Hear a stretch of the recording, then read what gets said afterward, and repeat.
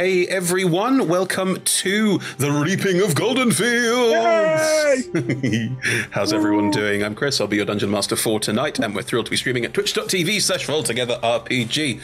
It's a new campaign! New campaign! Oh yes, new characters, new stories, Yes, we're playing a 6-part campaign to tie off where the Eternal Army left off, and we'll be doing that for the next 6 weeks, so join us for some folk horror, some survival horror, all of the lovely elements brought together into this smorgasbord while Mike sips tea. Yes. If you haven't seen one of our streams before, we're playing Dungeons and Dragons. Everyone's rolling 20-sided dice. They have character sheets. They're all level 12 characters, so they have lots they can do. So we'll see how we handle that high level miasma as we go. But generally speaking, 20s are good, 1s are bad, and their abilities mean they roll dice differently, or they add things, or they subtract things, but we'll get to that and describe it as we go along. So, yes, everyone plays their characters, and I play the horror, the world, the terrible. Yeah, I play everything else. Everyone else, all of the lovely, delightful NPCs I definitely won't kill later. But yes, that's what's Ooh. Yeah, that's what's going to happen today. Spoilers. That's what's going to happen. You're going to kill all the NPCs today, is it? Yeah, everyone dies. I'm going to introduce you to all of them, make them lovable and delightful, and then kill them. But yes, that's the plan. Before we kick off, we stream for about 3 hours, and there'll be a 5-10 minute break somewhere near the middle. We have sponsors and supporters who let us do all this stuff, and they're amazing, and we love them. Let's go through them. So we have the delightful Hero Forge. You currently can sort of see our character minis, not quite see our character minis. They're all sort of ghosted, you see. They're all in this sort of clever, like, ooh, who are these people? What are we doing? Because they were small. No. Everyone's next to their screens. They're far away. Ghosted. So they're sort of there, but not there. But we'll introduce them as we introduce the characters in a second. Yes, Hero Forge offers fully customizable tabletop miniatures. I meant to get out P1 and 2, but I'll do that next time. What? Sorry, I missed that entirely. I meant to get out P versions 1 and 2, but I'll do it next time. Yeah, Emma's playing Prosperous. Okay, good. Just so we're clear. Surprise! Prosperous is a returning character for those who don't know, but we'll come to that in a minute. We'll get there. But yes, Hero Forge lets you customize your own miniature in a 3D in-depth character creator, which is in your browser, so it's very, very easy to use. And you can then download files that you can use in 3D mini creator or virtual map tabletops. You can also have them printed and sent to you, which means we can, hold ones up and show you on screen like this. That's a Hero Forge mini, and that's printed entirely in color. I did no paint work on that at all. That came exactly as it is, which is incredible if you're like me and can't paint for toffee. But yes, that's Hero Forge. They're splendid. Check them out at heroforge.com.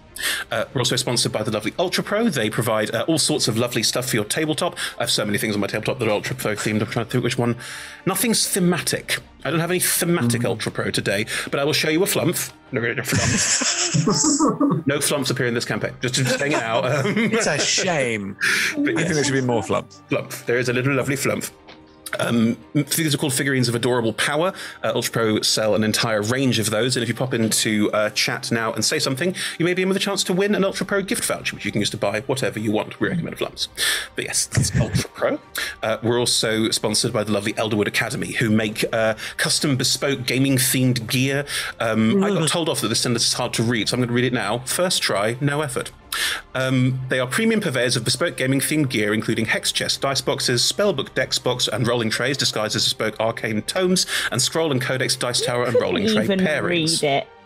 You slurred some words. Did I? Yeah. No. I disagree. No, oh wow! I haven't seen Rebecca's before. That's very cool. Emma's a tiny dice. That's a tiny one. That's a smaller one that Rebecca's got there. I've got a codex dice tower here. Actually, I'll show this one off. This is gorgeous. Yes. I use that for all my rolls. Yeah, it's really, really lovely. If you hop into chat, there's a link, and you can head to, again, you make your own in a 3D customizable thing. And once you've made your own, you can use the code roll together. That's roll-together, all caps, at checkout to get 10% off. So yes, those are our lovely sponsors. I've specifically got a swordy one that's like Prosperousy, but I can't find it. I'll find it for next time. I'm saying nothing about the state of your desk, Emma. But We live together, it's fine. I'm aware. Anyway, we'll get to our supporters in a second, but first let's go around and meet all of our lovely players. So we have some wonderful people here who I adore playing with and can't wait to do this campaign with. Can you give your name, your pronouns if you wish, your character's name and their pronouns, and maybe just like class, species, and that's about it. Let's keep it quite simple and short for now so we can meet them properly as we kick off the game. So let's start with the one we already know, Emma. Hi, I'm Emma. I use the pronouns M. I'm playing Prosperous, who is a half-orc paladin, devotion paladin. Prosperous uses the pronouns B. Thank you. Another returning character, Ed. Hello, I am Ed. I use he, him, and I am playing Viorica Yordash, who also uses he, him, who is a half-elven bard, College of Glamour. Yes. Thank you. Splendid. And our new characters. Let's start with Rebecca. Hi, I am Rebecca. I use she, her pronouns. I am playing Ava. She is a warlock. He looks human. Wow. So few words, so much seeded. Very good. He looks human. Mike? Hey, I'm Mike. I use he, him, and I'm playing Frory Brook. He, him as well, and he is a rogue of some kind. Ruger? Some kind. Maybe some other class mixed in with that as well, Mike. Oh, Ruger. And what species is Furore? Does he also look... I'm super basic. He's a human. He also looks human. Human. A rogue that is a human. And Evie. Hi, I'm Evie. I use that's my pronoun. I can't do that. Sorry. That's too complicated for me. That's like a click noise. That's amazing. Sorry, I had a frog in my throat. Oh, the irony. Yes, I'm Evie. I use she, her pronouns, and I am playing Ephemera, who also uses she, her pronouns. Ephemera is a druid, Circle of Spores, who also looks human, but is actually a reborn. Yay! The first big reveal of the series. I'm bad at secrets. It would be revealed like the first sentence anyway. But yes, we'll meet all of them very shortly. Just quickly, we're also supported by D&D Beyond. You can see all the character sheets on the left-hand side of the screen, which is that side. And you can see the level 12 characters and all of their items and all of their abilities. And oh god, what have I done? We're also supported by Level Up Dice. There's a link to the Table Shakers range in chat. They're big, chunky metal dice. Here is one of them. And we're also supported by two lovely D&D video games, Idle Champions of the Forgotten Realms and Warriors of Waterdeep. There are codes at the bottom of the screen you can put into chat and use those to get various freebies in-game. I will let chat mods take over from here because there are various different ways you have to do things and it's quite complicated. But both fantastic games, both great fun. Do check them out. We're All Together RPG on all socials. There's links in chat to everything now. Massive thank you to our D20 Club on Patreon, and thank you so much for all of your support in helping us make these shows, and without you it simply wouldn't exist. If you prefer, and you may be listening to us like that now, we're also available as podcasts, so hello podcast listeners. Hello. Yes. But yes, if you enjoy podcasts or enjoy watching or listening to things while you're pottering around the house, podcasts may be for you, so check them out. Just search for All Together RPG. We're on, I think, basically everything. Finally, we play with a diverse group of players who play a diverse set of characters with wide-ranging sexual and gender identities. Our tables are trans and GNC positive, and we encourage and champion trans and GNC players, characters, DMs, the lot in our games. The DM and players may portray characters that are of a different gender to their own. We aim to avoid misgendering, but acknowledge it does sometimes happen, for company policy in place for correction should the need arise. If we miss an instance, let us know, pop it into chat, send us a message, rolltogetherrpg@gmail.com. Always happy to find out more, be corrected, make sure we're doing things correctly. There's also safety information. This is a folk horror themed campaign, so we might tap into some things that are a little bit uncomfortable for some people. If you put !safety into chat now, that's a chat command, that will give you a link to the TTRPG safety toolkit, which we are using as part of play. We pre-record, so you won't necessarily see us using it actively, but we are using it behind the scenes, that's the best way to put it. There are also a link to content warnings, and again, if there's anything in there you'd like to avoid, please check it out and make sure that we're not doing anything that you wouldn't like.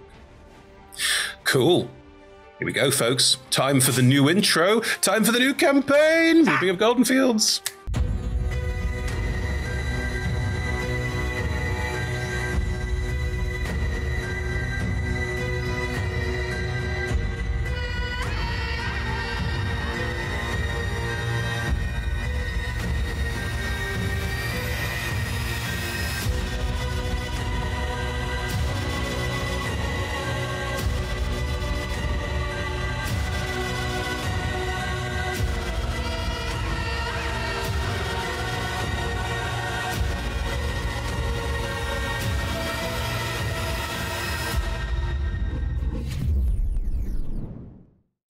And welcome back, everyone.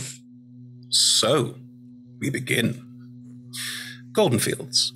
For those who are unaware, Goldenfields is a large town. Yes, I'll explain why in a second. A large town on the Sword Coast. It is known as the breadbasket of the North, or the granary of the North, because it is, very basically, a large farm. Not just a large farm, but a large walled farm. It is protected with very high stone walls around the outside. It is guarded and protected. It is a citadel of Chantea, the goddess of farming, who I can't seem to avoid in any of the streams that I DM. And it is... to give a sense of scale, it is about the size of Lower Manhattan. So it is big. Inside the stone walls are field upon field of wheat, barley, other grains that are turned here into materials that are then sent away to the bigger cities, Waterdeep, Neverwinter, Tribor, etc. It's not far away from all of them, maybe a day or two's journey from Waterdeep, up a road called the North Furrow. And the North Furrow leads directly to a very large gate, which is the only way in or out of Goldenfields, where we also will find some of our characters. Ava, Ephemera. You are approaching Goldenfields up the North Furrow, and the North Furrow is a very well-travelled road. It goes between other fields. There are other farms and other fields of wheat and so on outside of Goldenfields proper. But the entire North Furrow at the moment is in a very peculiar state that you may not necessarily be expecting. It is the day of Highharvestide. Highharvestide, in the Forgotten Realms, is the day of autumn celebration, the final day of harvest, obviously very important for a farming community like Goldenfields. And up and down the road are travelling some of the last wagons of grain, but in between them, stalls have popped up either side of the road. There are people celebrating, dancing, singing. A festival is in progress, and as you start to approach these gigantic gates that span about 50 feet across, because there's lots of space for carts to travel abreast, all around this space, effigies of Chantea are being put up or are already there and present. Garlands of flowers and wheat sheafs and others are being paraded across the front of the Goldenfields arches as you go inside. It's busy. I would say that it's equivalent to a music festival or similar. There are a lot of people around. Everyone's very happy. The tone is very joyous and bouncy and effervescent. On the way in, you will have been offered a free glass of cider, potentially, maybe even a toffee apple to chew on or something similar. And yes, the atmosphere is very bucolic and friendly as the two of you make your way up the road. What would people see as you two enter this scene? Evie? Sure, I'll go first. So Ephemera is a relatively short, very waif-like, human-ish person. Skin is vaguely green-tinged. It's so pallid. And she is wearing a dirtied Victorian nightgown dress with a big white-rimmed hat with some red lace coming off of it. And she is kind of standing there with a toffee apple, not eating it, just kind of feels like that's what she should be doing. And she's kind of just looking around, a little bit detached. Mm-hmm. And Ava, are you next to Ephemera? Are you nearby? Very much by the side of Ephemera. Ava, especially by the side of Ephemera, should look the picture of health. She has just gently glowing skin, perfectly softly blowing silver hair, very well maintained, fine dress. But somehow something is just a little off. And probably you wouldn't quite know what it was. You would probably notice the quite dramatic scar of 3 lines down the left side of her face. But other than that, the other thing you probably notice is the watching, almost protective eye she keeps on Ephemera. Right. As the two of you are making your way through this crowd, heading towards Goldenfields, are you discussing anything? Is this bringing anything back? I'm not sure. I thought there was something about the toffee apple that felt a little familiar, but now that I've got it, it might just be that it's sweet. Maybe we should go a bit further in. Have you ever been sick? Because it's the taste of vomit that you're remembering. You know, I don't know if I have. Certainly not recently. If you keep eating those, you'll experience it soon. Okay, well, I'll try and go slow, but it's so sweet and sticky. Yes. You want some? No. A figure will dance up to you very much in the motley of what looks like a jester, but there's a lot of elements to it that have more of a harvest feel. You would get the sense there's a slight crown around the skirting the top of the head with very obvious made of straw and heather and grass, and there is a very obvious wheat sheaf poking out of a top pocket. Hello! Welcome to the Highharvestide Festival! Yay! Hey! Literally takes anything they can get. Are you new in town? You look a little like you might need some guidance. No? Yes. No. Yes. Oh. Yes. Fantastic. What are you looking for? We've got a wide variety of things that might appeal to people such as yourselves. We've got just inside there's various stalls and games you could be playing and people you could be meeting and there's various things to drink and eat along the way as well. Ooh, where's the most fun to be? Oh, well, there's a maze we've made inside, which people are really enjoying. The Golden Gulp Brewery, which is our local, has made all sorts of special Harvestide ciders and ales you're more than welcome to try. They've got various carts around you can pick one up from. Otherwise, everyone's just having a good time, frankly, and saying hello and meeting and greeting. And, of course, don't forget to take part in all of the festivities. It's important that we all make sure the Earth Mother's happy. That sounds like a very big commitment, and I'm not quite sure if I'm where I'm supposed to be. Ava, Don't worry. What do people normally do in this situation? I believe it's called having fun. Oh, That's right. Fun for the whole family.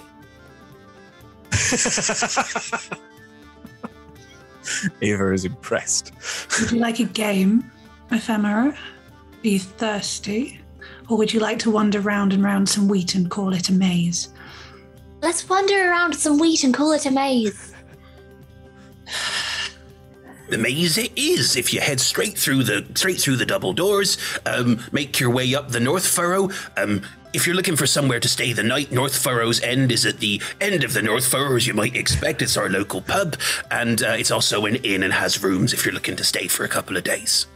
Okay, don't be scared, Ava. Hold my hand and you won't get lost. Yes.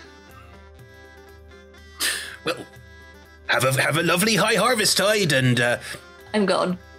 they look a little like they're not sure if they did a good job or not. Might just roll an insight check for them, actually. Nice. First roll. Right. Oh, yeah, that's a point. They rolled an 11, so I don't think they know if it landed. They're worried it might not have, but they have literally no way of knowing because they can't read either of you very well. They're just going to go, right, and move on to the next. Hello, you hear from behind you. Welcome to the... They're clearly greeting. Ava's fingers twitch slightly, but she allows herself to be pulled on by Ephemera. As you move forward, and there are these various stalls around you selling food, it's mostly classic harvest time sort of things. Pies, Cornish pasty-style wraps with crimped edge and pastry, a lot of cider and ale and things of that. Cornish pasties are year-round. These ones aren't. these are Harvestide pasties, Emma. They're very different. Various stalls you see along the side. There's a group of people playing tug of war over a pit of mud, and as you pass by, one of the group slides into the mud and are just laughing and cajoling as they splatter around in the dirt. Off to one side is someone going, "Take part in the raffle! Who'd like to have a ticket for the raffle?" Ava, I want a ticket for the raffle. I would like a ticket for the raffle. You'd like a ticket for the raffle? I would. Is that 2? Just one. Oh, but there's 2 of you. You should both have a chance of winning. We'd like to. All right, that'll be 1 silver each, please. There you go, 2 silver. Thank you. Everything goes towards the Earth Mother's Fund. Oh. It's a good thing. Oh. Means we can grow more food. Excellent. Hey, here are your raffle tickets, and they're leaves that have been magically marked with a number. One of you's got number 120, one of you's got number 121. Ava hands them both to Ephemera. I'll just keep yours here. These tickets are a little bit tacky, I think. They also don't seem familiar. Maybe they're new. Well, we only do the raffle once a year. Huh. Sorry, familiar? Are you local? I don't know. Right? Didn't you have a raffle to run? Yep. Slightly unnerved. Raffle tickets for sale. Just gonna keep going as the 2 of you keep unnerving everyone as you move along. You're going to freak this town The out. goal. Yeah. Mike. Foray is also arriving at a similar time. Would you be enjoying the Highharvestide sights and sounds, or would you be just moving straight through? He's like sauntering, I think's a good word. He's got a bit of wheat in his mouth that he's chewing on, and he's just sort of like, he's got on that obnoxious trench coat and hat on in this probably quite nice weather if it's around harvest. Yeah, I mean, it's there may be like a bead of sweat, but he's pulling it off. Do you want to describe Foray as you saunter past Ava and Ephemera as they're making their way through? And he looks at both, he goes, "Hey up," and Lovely. carries on moving on. I like to imagine that you just kind of go past us and we're just kind of standing there, stock still like a photo, just staring at you as you go. Do you want to describe Foray, Mike? Yeah, so like you said, he's wearing a classic sort of leather trench coat and what would be the hat's name? I can't actually remember now. Fedora, there we go. Okay. Oh. Yeah, sort of classic fedora. Yeah. And you can hear he's sort of, well, pretty much exactly the same as the beard I've got on now, but ginger. Looks a bit rough. The coat's a bit sort of rough, like it's not dirty, it's just worn. Like he must spend most of his time on the roads doing whatever. And you can hear like a gentle clanking and chinkling from his belt as he sort of just moves along. And he's definitely got stars on his boots as well. Let's just throw that out. The Western Sheriff walks past, yeah, definitely. Yeah, and tips his hat and goes, "Hey up," and then just sort of carries on looking back and forth. Are you partaking in anything? He's almost tactically avoiding, like, not looking obvious. Like, if, the people that have been very joyous and accosting people, he's sort of like moving past them, but smiling and sort of nodding away. But he's not actually partaking. I think he's just enjoying and moving through, heading through the. You are now, all 3 of you, in your own speed, at your own pace, making your way through these arches, and ahead of you, Goldenfields stretches out. You can see that where the North Furrow enters Goldenfields, it does rise slightly. It looks like the land inside Goldenfields is maybe 5, possibly 10 feet above the rest of the land around. The walls from the outside are about 20 foot high, but inside you can see they're more like 15 to 10 foot high. Looking at Goldenfields as you crest this, the whole thing is clearly on a sort of rise. You can see where the wall curves around at the sides, but you can't actually see where the wall goes entirely. It is too far away to get a full view of the entire thing. The road curves up ahead of you between two very, very large fields with lots of people running around and enjoying themselves. At the top of this hill, in the center of Goldenfields, you can just about make out some houses in front of you. There's a very tall building with a spire that raises very, very high. And next to it is what's clearly a Chauntean temple. Chauntean temples have some element of Greco-Roman to them. There is a almost marbled, almost colonnaded appeal look to the outside of them, so they're quite easy to see, but they don't have a spire or tower or anything like that. So this very large building, especially for Ephemera and Ava, might be a little bit peculiar. You might not know what you're looking at. Ephemera, first time you're going to do one of these, roll me a D100, please. Yay! Okay. I think I can get the dice. There we go. Let's see. 36. 36. Your eye sweeps over this whole scenario, and you get a faint... You've seen this vista before, but no details come to you. It's literally just I've been here before, but beyond that, you can't really put two and two together. This feels right. I think something about this area. I think we should keep circling. Ava, we're close. We're close to something. Okay. Do you want to keep heading for the maze or circle? Oh, the maze sounded great.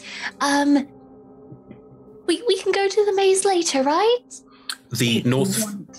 The North Furrow does extend ahead of you straight up to the sort of center of Goldenfields, which is where the town is. But on one side, one of the fields has very clearly been made up like a maze. There are, one of the fields has not been cut down, and it's clearly, full of little alleyways and things you can barely see into. Outside the front is a very kindly-looking elderly minotaur who's sort of guiding people in and taking ticket stubs and that sort of thing, if you wanted to go over. Well, we're here now. I'm sure your memories will wait another half an hour.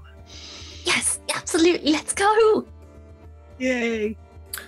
If you walk up, the Minotaur will look at you both. Hello, good afternoon. One maze, please. Oh, one each? Are you both looking to go through my terrible maze? Terrible? Oh, sorry, it's just, people seem to think because I'm a Minotaur that I'm going to make some sort of maze people will get lost in, but it's really quite good fun.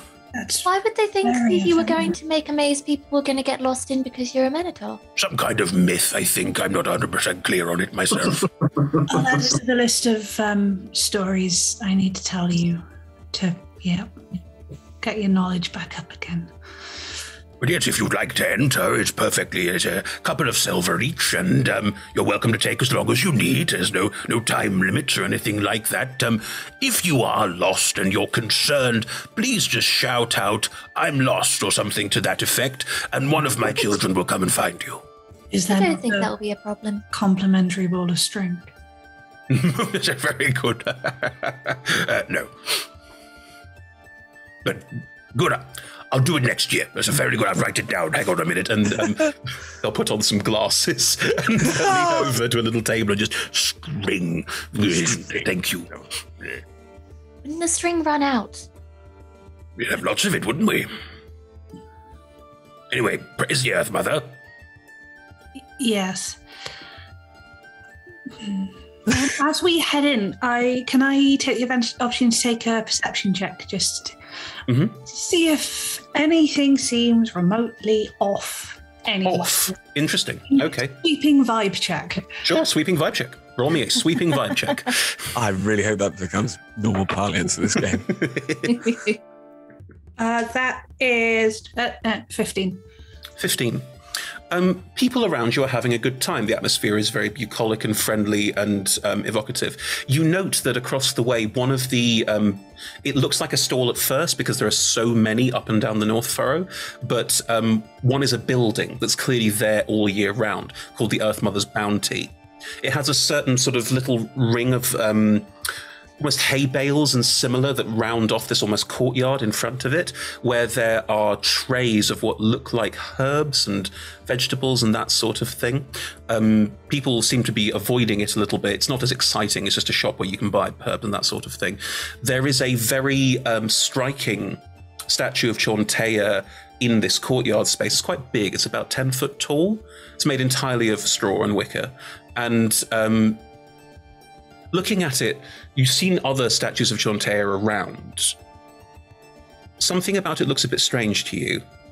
It doesn't have the same sort of bucolic, friendly look about it. Something about it looks a bit stern, maybe even authoritarian.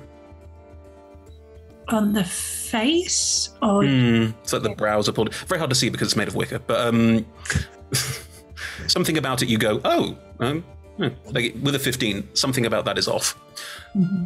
As you note that, you also note there's a lot of corn dollies, which are a little bit like, fetishes or effigies. Puppets, yeah, that are being hung on various things.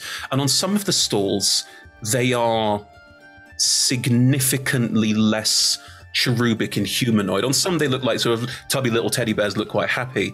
And on others, there's an almost like stick aspect to them that draws out almost antlers across the top of the head. Okay. I log all of that information very carefully in my head in case I need to tell someone sometime. Are you both entering the maze? Yes, and I would like to sneak in a third. I just take out from my backpack just my little frog, Philippe, to help guide us. He's just a frog. Does Philippe? I mean, yeah, Philippe is just a pet, not a familiar. Just a frog. Is Philippe sitting on a shoulder, or are you holding Philippe? What's the? Yeah, I start out holding. I'm going to kind of offer him to Ava. See if. You're so fond of him. I'd hate to deprive you. You know how much he loves you. Yes, I feel the same way about him. Philippe will hop onto your hand and just stare up at you with the pale, wet eyes. Aww. Yes, it's lovely. I think he wants to go onto your shoulder. Does he? How nice. Shall we go into the maze? Yes, let's go. Is it one of those frogs that doesn't blink but licks their eyes? Is it one of those? I mean, all frogs have to blink because of the way that nictating membranes work, but Philippe also licks his eyes. if that's cool, I like that. If you were sort of holding him, Philippe will sort of bum wiggle around in your hand so he's facing outwards and then we'll be looking at the maze. Enjoy. He wanted to see the maze with us. Yes, of course he did. Come Good on, point, Philippe. Let's go. Time to have fun. Evie, thank you for this gift. As you enter the maze, Flore, you are continuing up the North Furrow. I mean, you've been here before. Are you aiming for anywhere in particular? So he's like sort of sauntering through, maybe nodding, shaking hands with a couple of people that he knows, as he gets sort of a bit further into the actual town and to the more fixed locations and not just guest pop-up sort of thing. So he will be... Oh, sorry. Are you looking out for anyone in particular? There's a couple of people here who you might know well enough to have a conversation with.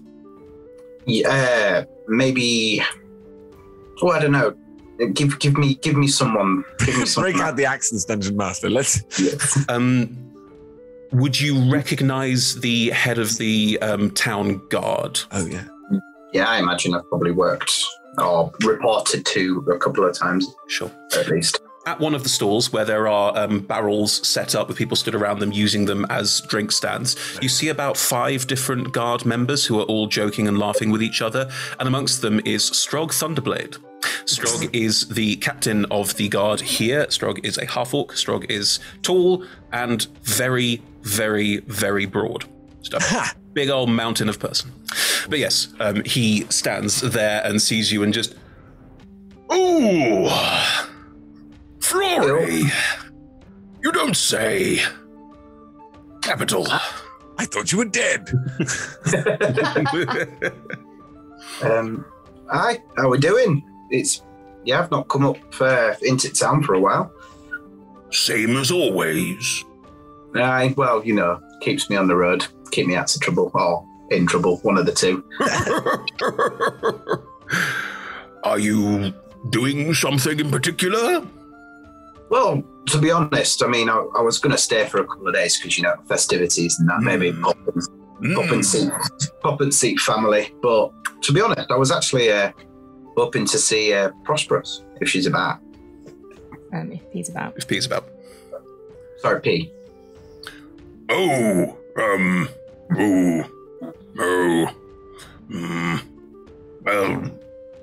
if you want to, yes. Can I do what Frory does best and just incite that? Yeah. Let's just whack her. Interesting. Whack her. Good starting roll. What did I ever do to Strog? 27. You upset the natural order of things for Strog, which is nothing ever changes. What was it? Sorry, I missed that. What was it? 27. Strog doesn't like P. Strog doesn't like that P is here specifically. You don't get the sense that P is doing anything to Strog. Strog's like a problem for Strog. More P is a problem for Strog in simply being here. Presumably P's recent activities have led to a lot of unsureness about P's presence. Am I familiar with P's antics? Yes. Have I come across any of what P's been up to? I think the fact that P was part of a crew that crashed a Netherese city into the Sword Coast after saving the world, you'd be sort of aware conceptually. You're also aware that in part of the actions of doing so, P and a group of others broke into the Lord's Alliance's high security prison in the Icewind Dale, which ruffled a lot of feathers. To save the world! Yeah, which ruffled a lot of feathers. Politically speaking, P is currently under house arrest inside Goldenfields, i.e. the walls of the entire space, and cannot leave. Has been asked not to leave. Sure. Definitely could leave. If P wants. Politically speaking, P cannot leave. The reason for this being that P broke the law. P needs to be punished for that, but also people are generally not sure how to handle P. It's very much a sort of, we don't know what to do with this person. You know how the rest of the world tries to handle Iron Man? That. That bit at the beginning of Iron Man 2 where they're like, you're a weapon, you should work for the government. He goes, I work for myself, and everyone goes, we kind of hate him, but we kind of love him. The American dream made flesh. Yeah. So, the old situation hasn't really died down as yet. Died down? No. Can't really die down on breaking the law. Well, he hasn't done anything else since. Sorry, it's this fucking voice. No, but actions have consequences. Aye. Well, let's not dance around the old law because, well, we're on the same side. So, I mean, I wouldn't mind going to see P and catching up. I mean, it's famously a good time of year to at least have a little bit of fun. Well, even if P will be up the road, probably having fun. All I'm saying is I'm not saving that person. Everyone else, not that person. Wow. The rest of the guard are also nodding sagely in a kind of, I mean, they don't all say the greater good, but you get the reference. Yeah. It was for the... Well, right you are. No, they aren't. And he sort of plods along. Have Good time. No. All right.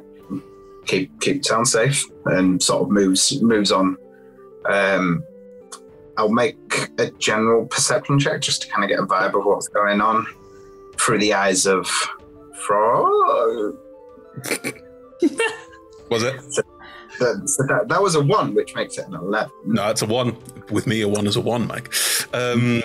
You look around you, and you've been to Highharvestides before. This one is more frenetic than you're used to. There is more energy, more exuberance. You see people drinking more than you would expect, and you're very much drawn to this look of something about this Highharvestide feels, frantic, desperate, almost in a certain way, because your passive insight's ridiculous. So that distracts you from looking around in too great a detail. He's just thinking, well, there's going to be some scraps tonight. Some people can't hold the liquor. And he's sort of just like mumbling to himself about drunk trouble. Yeah. Yeah. I'm going to give you a selection of options for what P might be doing, and you can tell me which one you think is best. Sure. Bobbing for apples? No. Bull riding? Mm. Gambling? Cards? Probably standing Nice. around with the group of people that I've been training to be paladins on the sly, watching everyone else. We've got an army? Wow! Okay, then in which case, there's another stall about like 4 stalls up with another incredibly similar setup with an incredibly similar group of people stood around all drinking and talking to each other because there are now sharks and jets. Would you like to describe what P is currently doing?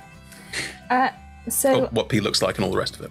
yeah, so Pete is wearing like quite simple breeches and like bandages wrapped around his waist and nothing else. So has like quite a visible scar across, like straight across the collarbones.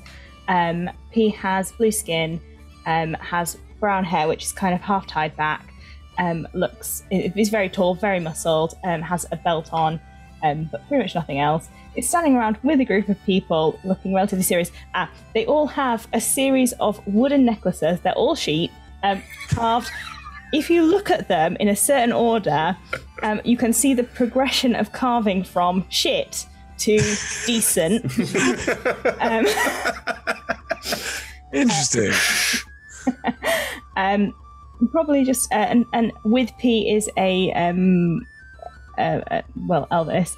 You can describe Elvis. I don't know what Elvis looks like.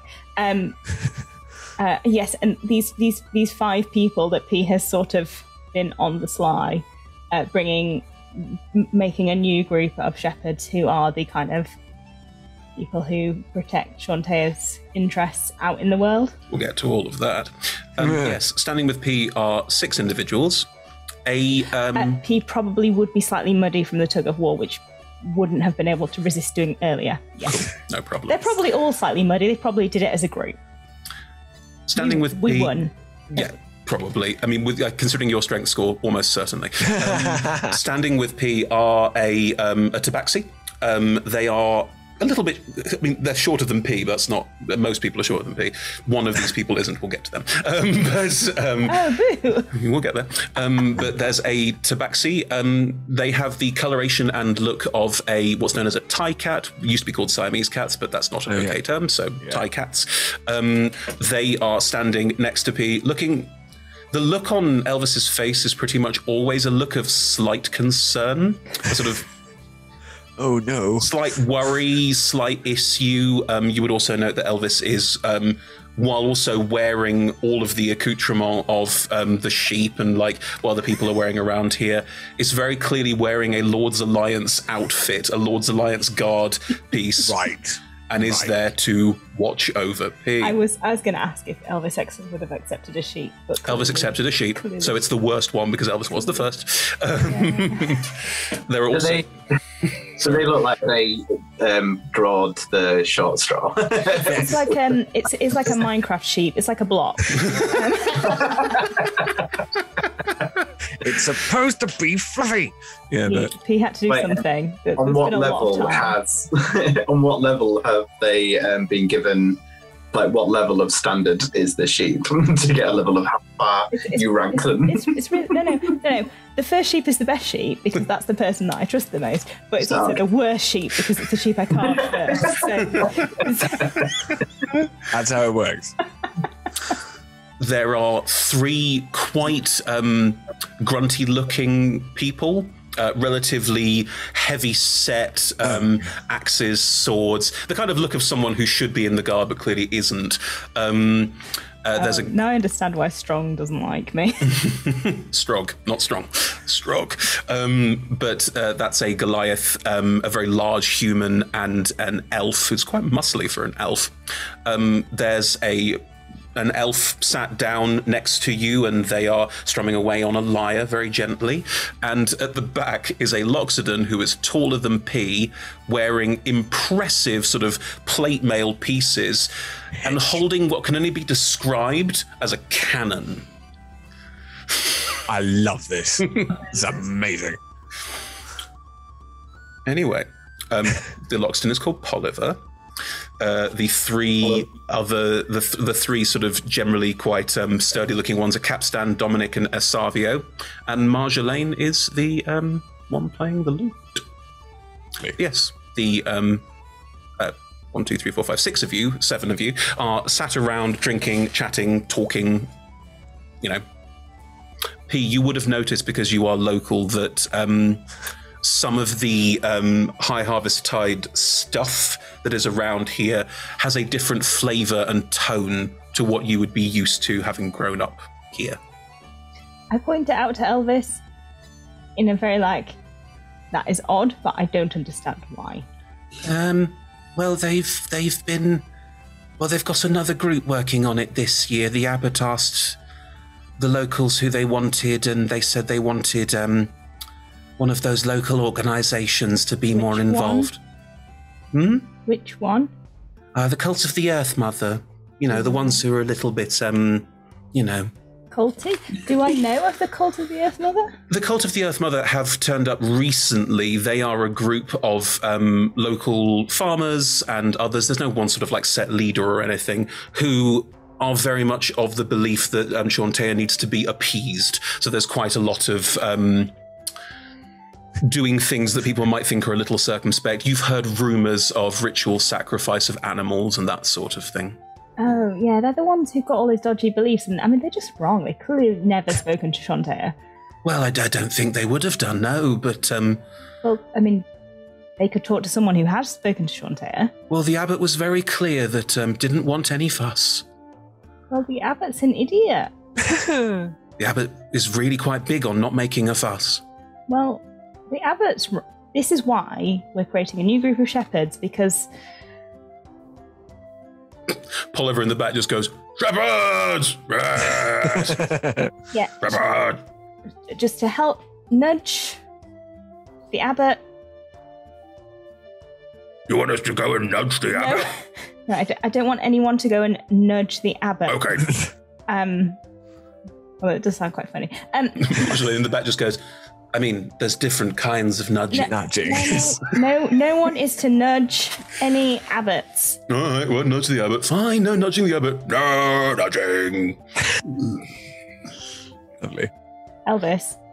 Yes. I hate you. Why? What did I do? Oh, you just kept me here.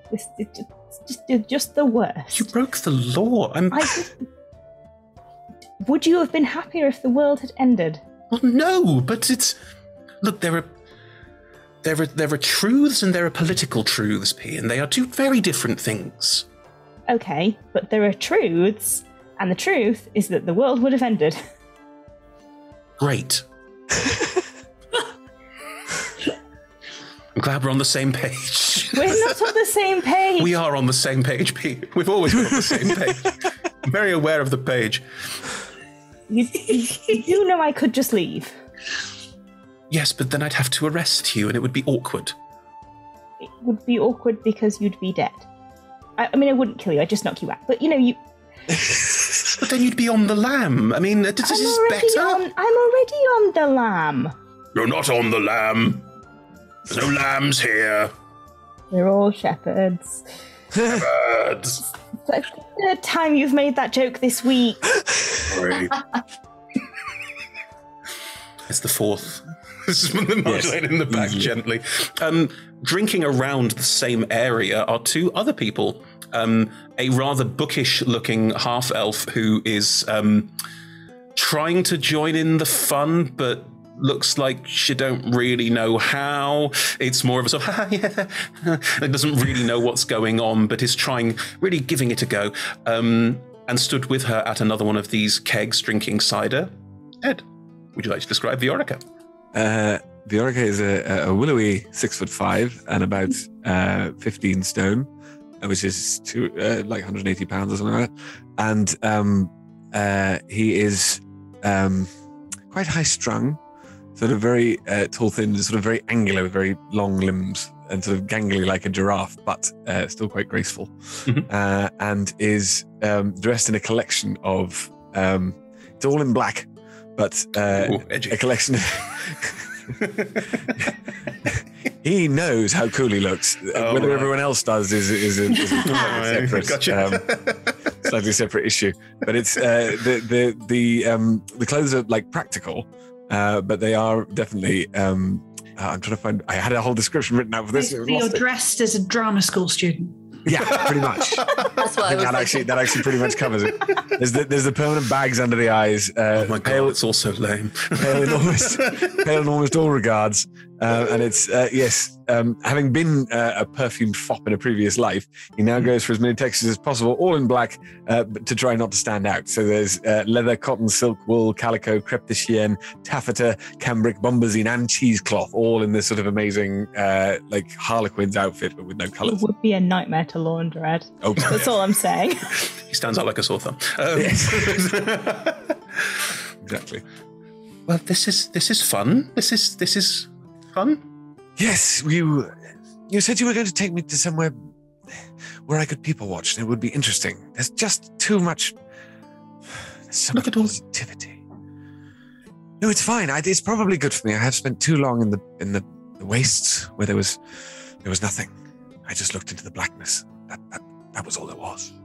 You need to keep telling me about this. I'm making extensive notes on the astral sea. I'd love to know more. Oh, I can't. It's too much. There needs to be more cider, more inebriants generally. I can get us some more ciders. Would you want some more cider? Oh, okay. Very well. We may as well. Let us find out what this strange reality has to offer. Okay. She'll go to the back and get 2 cider American. There you go. Thank you. Right. Well, let me gaze into this liquid and see what I may find. It's a tankard, Ed. It's not like a glass.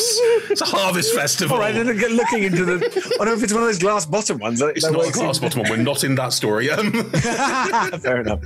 Okay. But yes, what you must understand is that the astral plane it's not a place that you can describe. It's a place you have to experience. It changes your whole outlook on life, your whole mindset. It's fascinating, really. And Maxine will start scribbling notes furiously, as she has done previously every time you've talked about the astral sea in great detail, because, you're fascinating. What happened to Viorica? I know. Red happened to Viorica. That's what happened. Red happened to Prosperous as well. No, you're fine. You're not exactly nearly the same person. Not nearly as suggestible, exactly. Anyway, Furore, you wouldn't notice P because you rolled a 1, but P, you would notice Furore because, again, Furore is quite noticeable. It's not the kind of look that you would be able to ignore as Furore sort of saunters along, catching an eyeful. Meanwhile, at the Bobbing for Apple stand across the way, someone pulls an apple out, there's a cheer, and then they disappear and reappear as a sheep. Shepherds! Shepherds! And the sheep sort of bombs around for a little bit and then turns back into a person laughing, and everyone's clapping and laughing. I'm just going to go over and walk and stand in front of Furore so that he would have to walk into me to continue walking. Yeah, he definitely just walked straight. Oh, Elvis will not go with you. Elvis doesn't need to like dog your every step, cat your every step. But Elvis will just sort of watch you go and is keeping an eye on you. Is always keeping an eye on you. Has to keep an eye on you. So I did forget to say, Flory is quite a small human. He's maybe 5'2", 5'3". He is like quite wee. It's a good like 1.5 feet. So compared to Pete, tiny. Walking into the abs. Hooray! Hey, look! As the sort of mysterious status he was trying to show off totally fades as he turns into almost like a teenager, looking up at P, and sort of gives a punch back, and maybe we attempt our secret, super secret. Okay. Chicken. Just in the middle of the street. Everyone around you is doing similar sorts of things, frankly, and there is kind of, it's not like no one's looking at that and going, weird. Everyone's like, hey, like someone may watch you doing it, and it's also chickens, like doing it around, like dancing around you, doing a chicken dance, and then move on. Like, it's that kind of atmosphere. Yeah. We're over here. Do you want a cider? What time is it? Mid-afternoon. Cider time? yes. I'll probably be off clock by now. Come on, I'll come with you. I'll acquire a cider for Flory. That's fine. Yeah. At the back, almost all of the stalls here are either set out by the Golden Gull Brewery, which is in the town proper, or they will be parts of sort of people from the pub helping out. It's all one big community. They all help each other. So, P, you would know the bar person who would just smile and pass a cider across and not ask for any money. Whereas Maxine, you will have noticed, needed to pay. Not local. Mm. Cheers, mate. There you go. Ew. So you've been let out to have a bit of fun. Oh well, I'm not like stuck in the house. I can walk within the walls. I could climb the walls if I wanted to and leave. I have chosen not to because Please don't climb the walls. Please. I have chosen not to because if I were to, Elvis would have to try and kill me. And No, I wouldn't we've agreed try and kill you. that we're not going to try and kill each other. I wouldn't try and kill you. I'd just arrest you. Hello, we've not met. I'm Elvis. This is Elvis. Elvis is actually quite a good egg, all things considered. Flory, nice to meet you. Oh, the sheriff. Aye, yeah. No, I'm actually from Goldenfields itself, so. Yes, your Sheriff and local. Your exploits are quite renowned. How do you know P? We grew up together. Aye. Oh, right. Good. Yeah. Well, I wasn't always top dog, you see. P used to look out for me more than I did for this town and road. Elvis was clearly hoping for a sort of ally or like someone who might be like part of keeping P, and it's just, you can see them wilt. There's kind of, oh, good. Without even an insight check, they definitely know that Flory's fully aware that there's nothing he could do to stop PD anything. Alright, I put my arm around Elvis. Elvis is one of my shepherds now, so Yes. we're all mates here. Shepherds? Oh, I'm bringing them back. Ah. For everyone's benefit, the Shepherds are a group of Chauntean paladins who all work together to spread the message and help the common folk is a very particular aspect for Shepherds. However, roughly 5 years ago, I think, in timeline, I might be getting that wrong, it might be a bit more or a bit less, a group of Shepherds defended Goldenfields from a giant attack as part of Storm King's Thunder. And in doing so, Torburn, who was the head shepherd, brought all of an arsehole. Brought all of the shepherds together and worked with them to defeat the giant threat, but made some poor tactical decisions and sent quite a few of them to their death. Is that the one who basically killed Prosperous's partner? Yes. Oh, that, yeah. Some backstory. Yes. But yes, and Torburn did not die in that and was subsequently told to leave, basically, and gave P, who was one of the few remaining survivors, his magical scythe, which is what P had in Icewind Dale Corrupted. You can check it all out on our YouTube. Anyway, yes. But yes, the Shepherds were a very big organisation. About 5 years ago, most of them disappeared. Shepherds tend to wander, and there's not like sort of a centralised messaging network, so there might be loads, there might be none, no one really knows. But P creating a chapter in Goldenfields is, from your perspective, Roy, probably a good thing, but also you know that Thunderblade, Thunderbane, Strog would not be okay with this in any way, shape or form, because they would be outside of Lord's Alliance local control. So you're ready to bring back that old story? Or are you going to create your own new thing? I'm hoping that it won't be the same old story. Like, I'm hoping that they won't all die this time. The Shepherds around you are sort of the three... the three whose names are relatively interchangeable in my head, which is a problem. Capstan, Dominic, and Erisava all have that sort of look between each other. Pete clearly says this sometimes, but there's also a bit of like, this is concerning. Oliver, the locksmith in the back, just doesn't even know recollection. While Marjolaine is sort of idly listening, but also keeping an eye out about everything else. More of a scout lookout than anything else. You get the sense. I mean, we have the advantage that I actually care about people, so, you know. I mean, I wasn't around when all of that went down, but I mean, the stories aren't great. So, I mean, if anybody can do it, you can. Ed. Yes.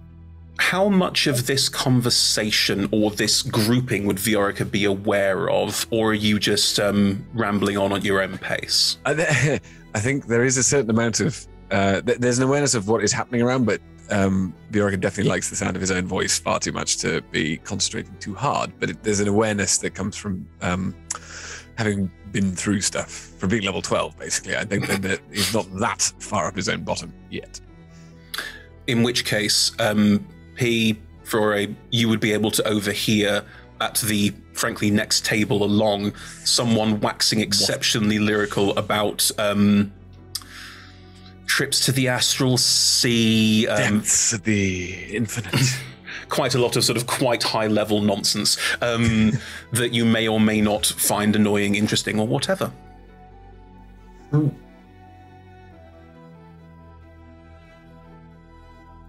Cool. You keep ignoring each other.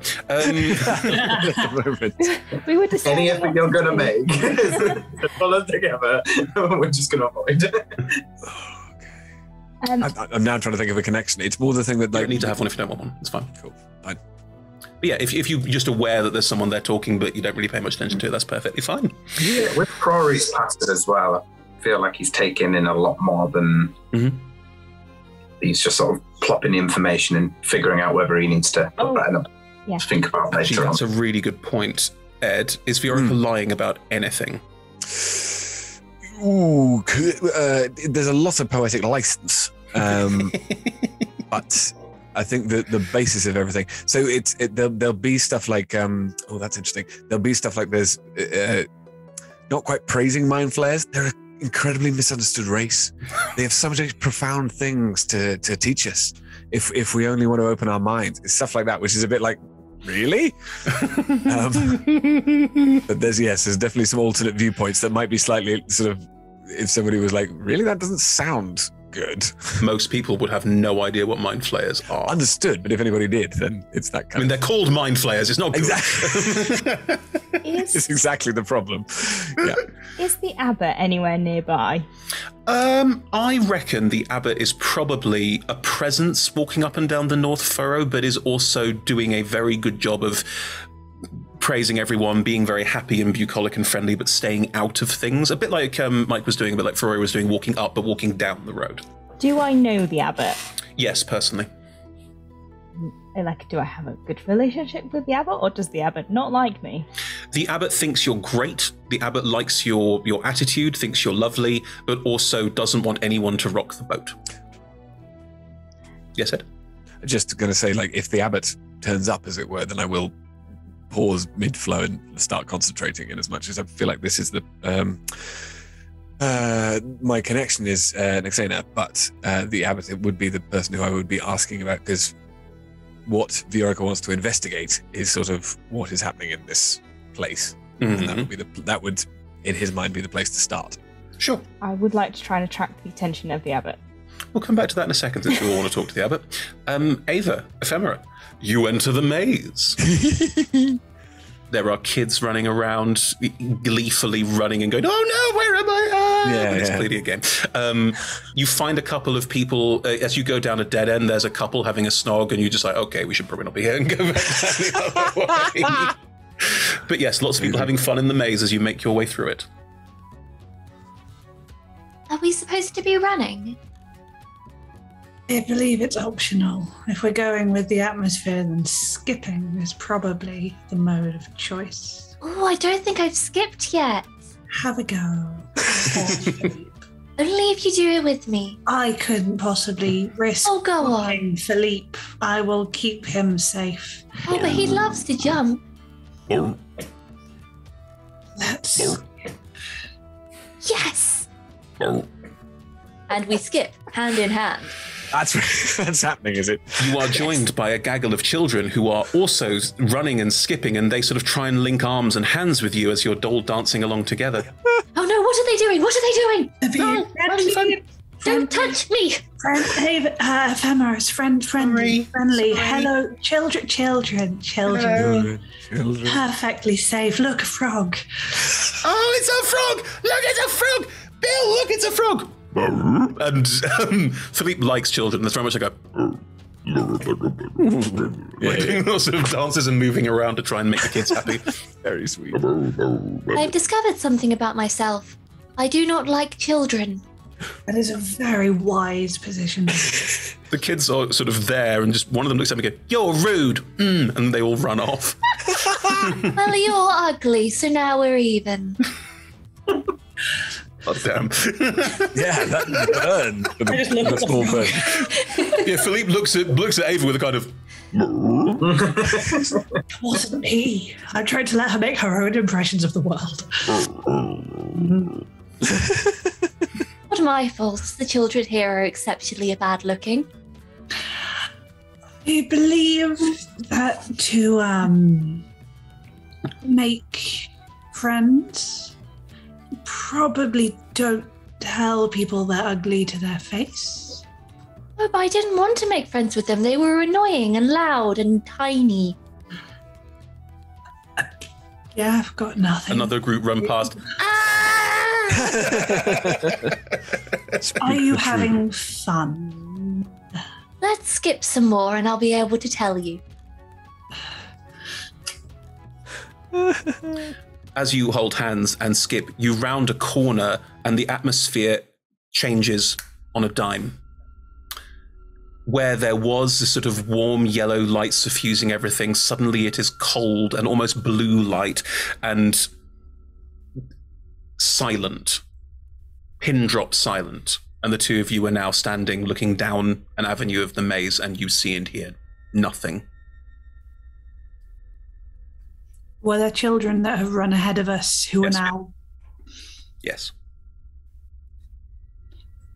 Well, that's ominous. Think of the children. Shall we explore? You know what? Give me one moment, and I would like to kind of get down on the ground and cast Commune with Nature. Sure. Nice. Cool. Where is it? How does your commune with nature work? So I'm just scrolling. Yeah, it's a long spell. I I'm cast scrolling paragraphs. to find it. Because this boy is a 5th level spell. Yeah. Start really changing things. So I reach out to nature, and within a radius of 300 feet, Jesus. I kind of know about the function of what nature is like, bodies of water, plants, minerals, animals, people, any kinds of things, buildings. I get general lay of the land, and if there's any influences from other planes of existence as well. As you reach down, what's the physicality of your casting Commune with Nature? What's the visual? So what it is I just... Listen! That's how you get the dad to talk to you. You hit it. Commune with nature. This is a relationship, right? No, We're communing! Not like that. Anyway. Sorry. No, I just I crouch down in the mud and just kind of dig my fingers in to the dirt, and a kind of my selenial network just pulses out from where my hand is, and I throughout the area, and I get the feel through that. Stop it at once. That's amazing. From the mycelial, is it mycelial or mycelial? I'm not sure. No idea. According to Star Trek, it's mycelial. I thought it was mycelial too. Yeah, okay. I'm going to use mycelial for now, but I could be wrong. Let's do that. Yeah. The mycelial pulses that you get back, you know the layout of the maze. The fields around here have been tilled. You are between worlds at the moment. You've not passed into another plane of existence or anything like that, but you are, and there's an influence in this area that you seem to have sort of wandered into an eddy of, or something similar. And the feeling is abyssal, cold, unpleasant. There's a fetidness to the air. You can still sense the material plane. It's almost like it's slightly occluded. You can sense all of the people in this maze. You recognize that there are people passing through where you currently are, but you're not in that place. Ooh. We seem to have found a pocket between planes of sorts. How terrible. How truly, truly disappointing. I'd hoped this would just be like a normal, happy adventure. But no, it seems we have to do things. Oh no. Can I reach into the space at the back of my mind where sometimes someone talks back? Yes. And ask this? It's certainly peculiar. Not something I would have expected. Strong abyssal influence, which is awkward for me. I thought it might be one of yours. No. Alike, but not the same. Interesting. Yeah. Almost the cardinal opposite in many ways. Demonic over devilish. Very interesting. Onwards? Or shall we go around? Oh, hang on. Something's coming. Around a corner ahead of you, a figure appears in view. Their head, maybe it's a mask, maybe it's their head, is a ram's skull with two curling horns spiraling down the side. They are in a black robe, and they are holding torches, two torches with warm flames that seem to burn through the cold and miasma of this space as they round the corner. They're about 20 feet away from you. They just step around the corner and are just staring you both down.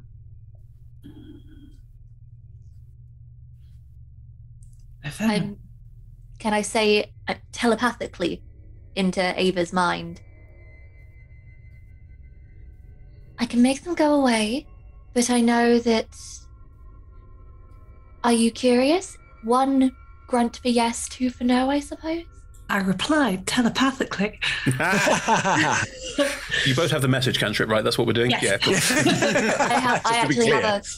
I actually have a feat that just allows me to... Oh, right. Then in which case you are being telepathic, and Ava, you are whispering. Just to be Yes. I reply, I'm both curious to see what happens if we talk and curious to see what happens if we hit them. Okay, how about this? You can talk, you have a way with words. And if things go south, let's just say that the bushes might not be too happy about it. Oh, delicious. Hello. You don't belong here. How It takes a so? step forward. Kill him. Just kill him.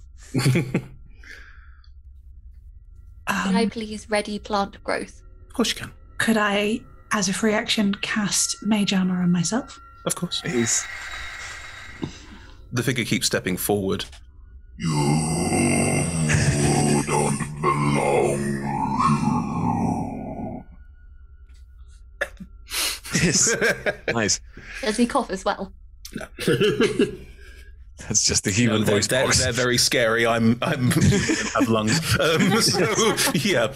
They continue to move forward.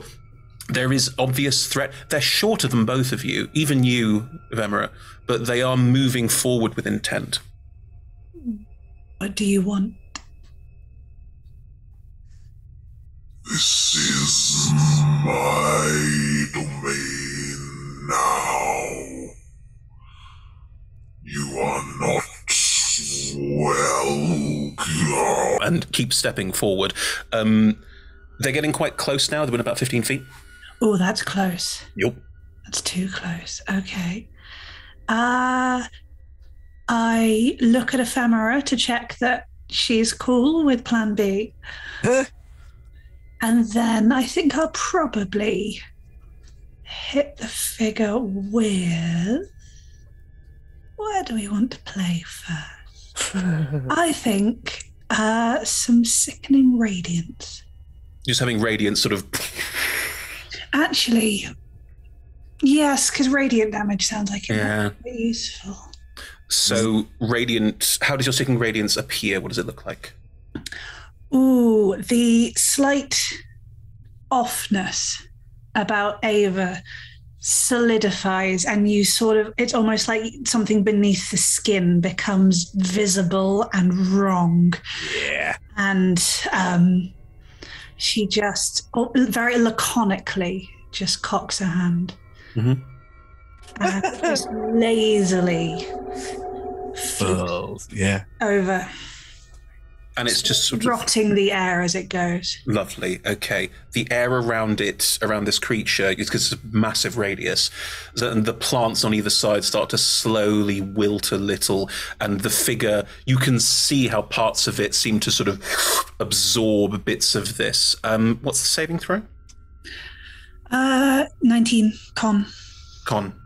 Interesting. Yeah.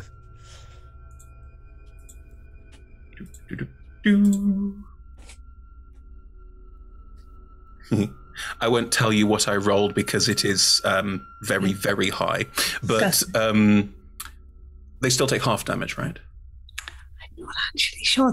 All these spells are brand new, and I've maybe done a spell I wouldn't have taken. First spell's perfectly fine.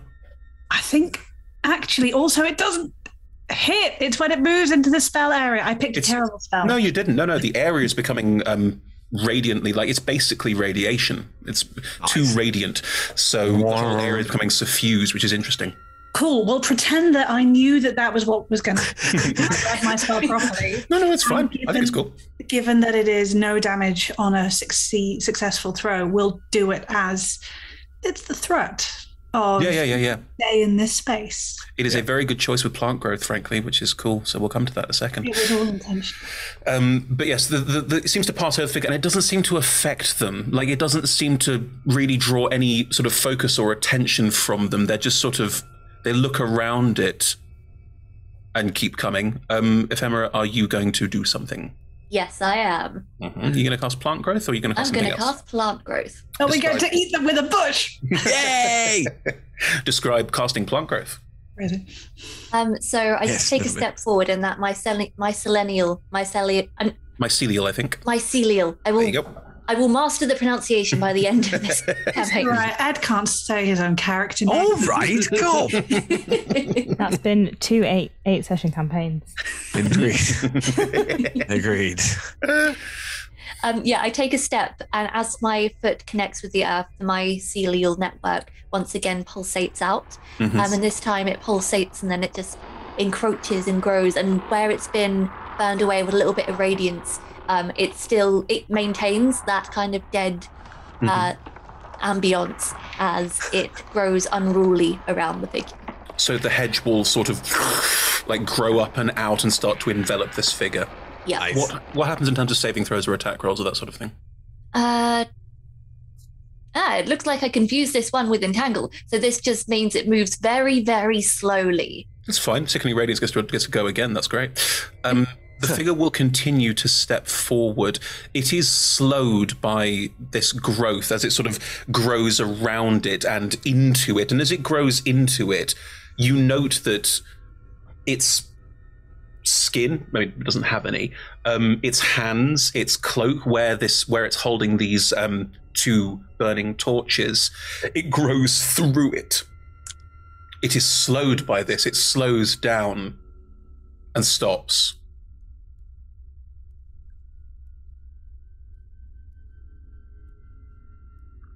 All right, then. Game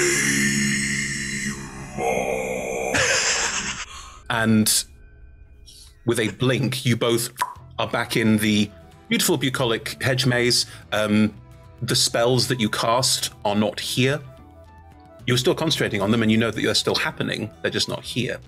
And the field and the hedge maze is very much as it was, and a gaggle of kids run past you again, laughing and singing. I would like to reach into the same space in my mind and go, uh-oh. Cool. Ephemeral?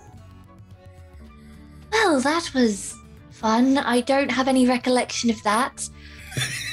Good, I suppose, but I think we might be making new memories very soon. I think you may be right. Hello. Oh, God. A small minotaur is standing next to both of you. It's a child. Hello, are you lost? No. Oh. Ephemera, why don't you practice not telling this one that they're ugly? Oh, okay. What was that? Hello, small hairy child. Hello. Are you lost? Hello. No, it's actually impossible for me to be lost. Oh. Okay. Wait, did you mean philosophically? No. Oh. I'm here to help with the maze. Oh, then run along to the other non-hairy children. Okay. Have fun. Did I do well? Earth Mother bless you. That was fantastic, dear. Well done. I think I'm nailing this human thing. Inside the maze, as you're presumably making your way out of the maze, because as you're making your way out of the maze, the kids are still running around, and you can hear them all dancing, singing, laughing. The following refrain comes through the song as you can all hear them from the kids. The Earth Mother loves, the Earth Mother gives. The Earth Mother takes, the Earth Mother dies. Doesn't even rhyme. No, it does not. And that continues in a sort of weird, slightly eerie echo as you make your way out of the maze. Oh. And that's where we're going to take our break. Oh, okay. First encounter. Yes. Come back after the break to find out what the abbot wants, I think, because that's the conversation's happening there. And maybe get a better sense of what's going on in Goldenfields, because things ain't kosher. No. Fine. See you in a sec. Bye. Bye.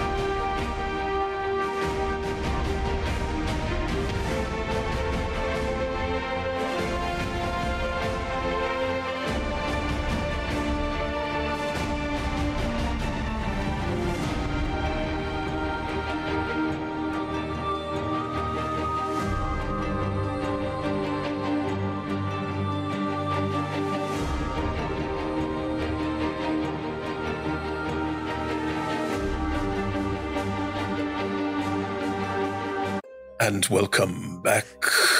I was going to do a Vincent Price. And welcome back. Yeah. Anyway, so we are in the midst of Highharvestide Festival and everything's fine. Fine.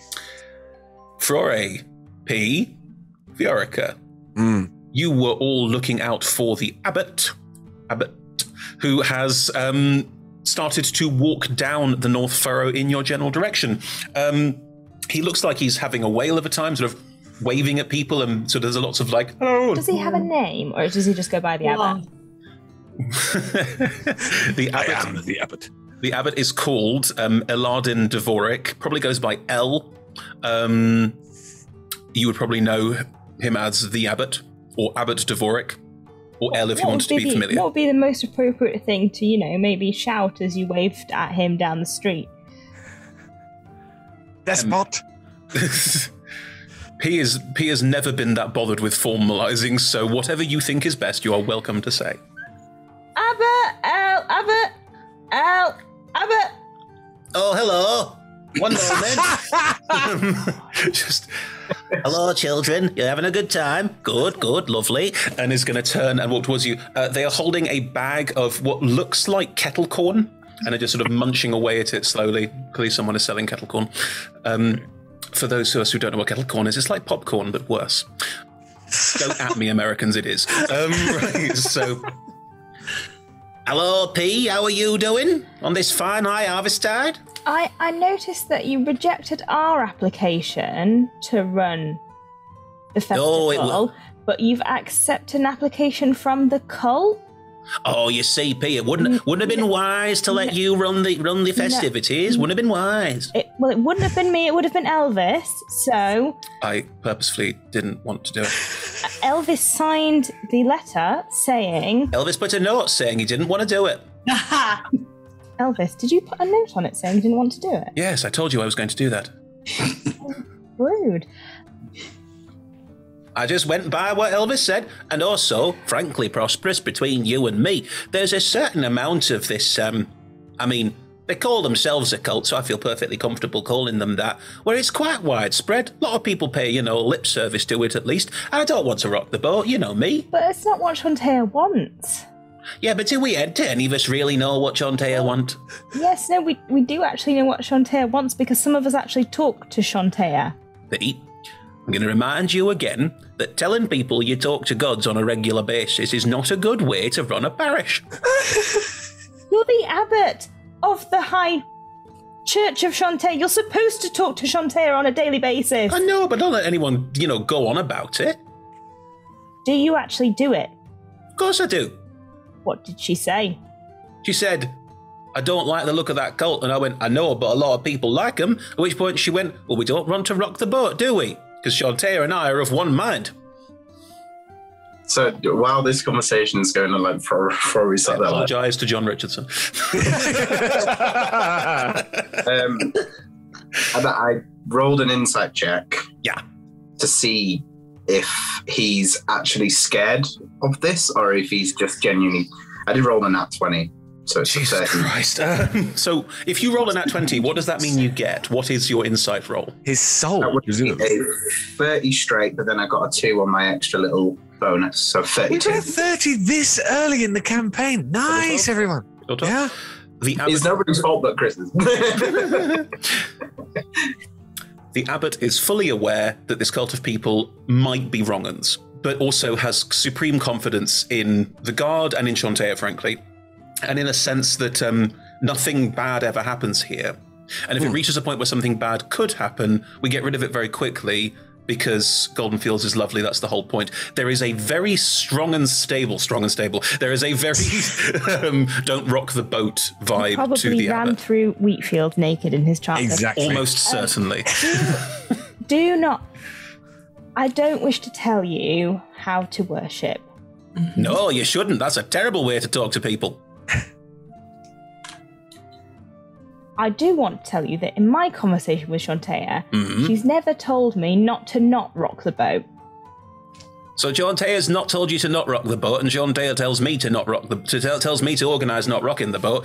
Interesting. Maybe we're speaking to different aspects of her. That's what happens, gods have aspects. How you doing, Frore? Good to see you. Abbott, are you well? Very. Got some kettle corn. Very nice. Aye. Would you like some? You know what? The cider's enough sweet for me for now. Oh, you shouldn't have come back to Goldenfields then. Everyone here's got a sweet tooth, haven't we? Looks around and there's a couple people going, oh, yeah, all right. It's going around. The Abbot commands that kind of respect. People will just sort of respond to talking to crowds. So, while we've got you, what's the deal with this, as you've coined, cult? They're sacrificing animals to show. Now, P, that's a rumour, nothing else. Look, some people... believe that rumour? I don't not believe that rumour, but I'm also fully aware that some people's beliefs can be a little bit on the peculiar side, and you know what I say, don't you, Flore? Don't rock the boat. Those people shouldn't be worshipping Shantae. They can go and worship, someone else.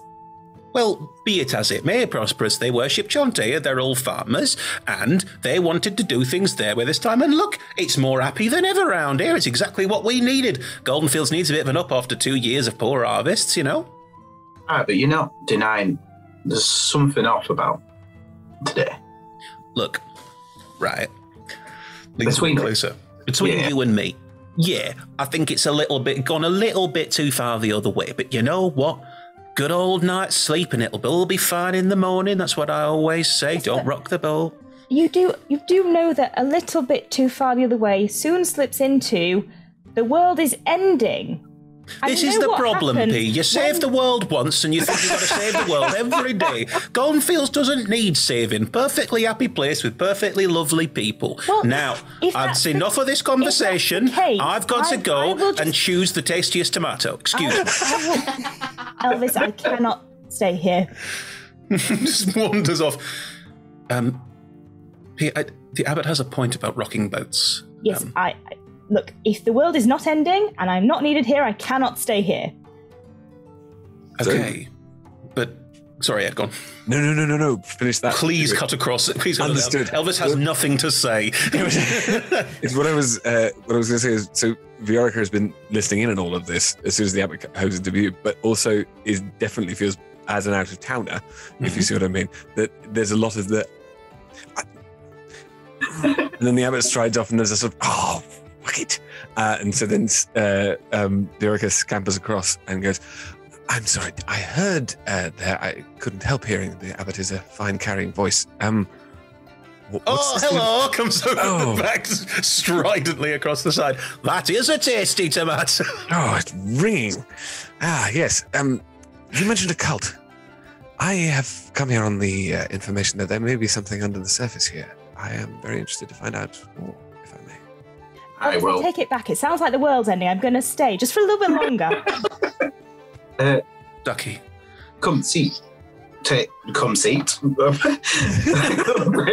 Just like, point at his seat. Yes, that's the seat. Right. Standing tables. There's no seats. Please sit down.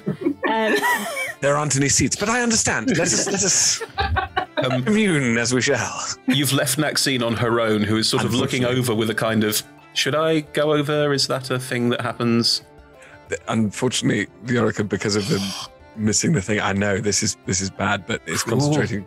Yeah, concentrating all of this. Because he would have been facing away from her. Yeah. In which case, you'll get a sort of, for you'll notice, because you notice everything. There'll be a sort of.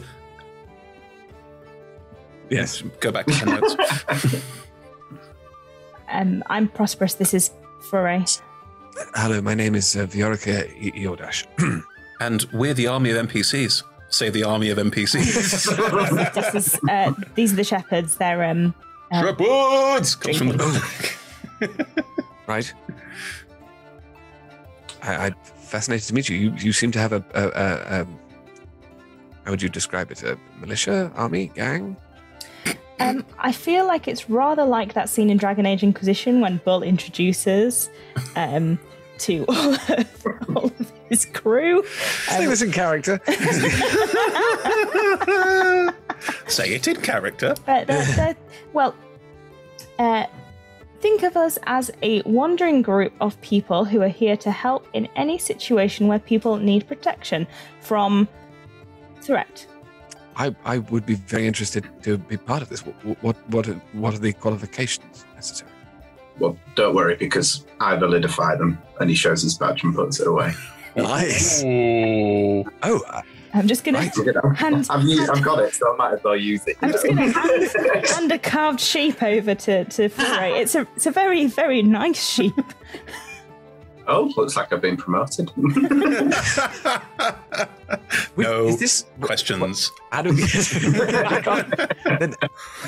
are you the law enforcement here? I wasn't aware that was.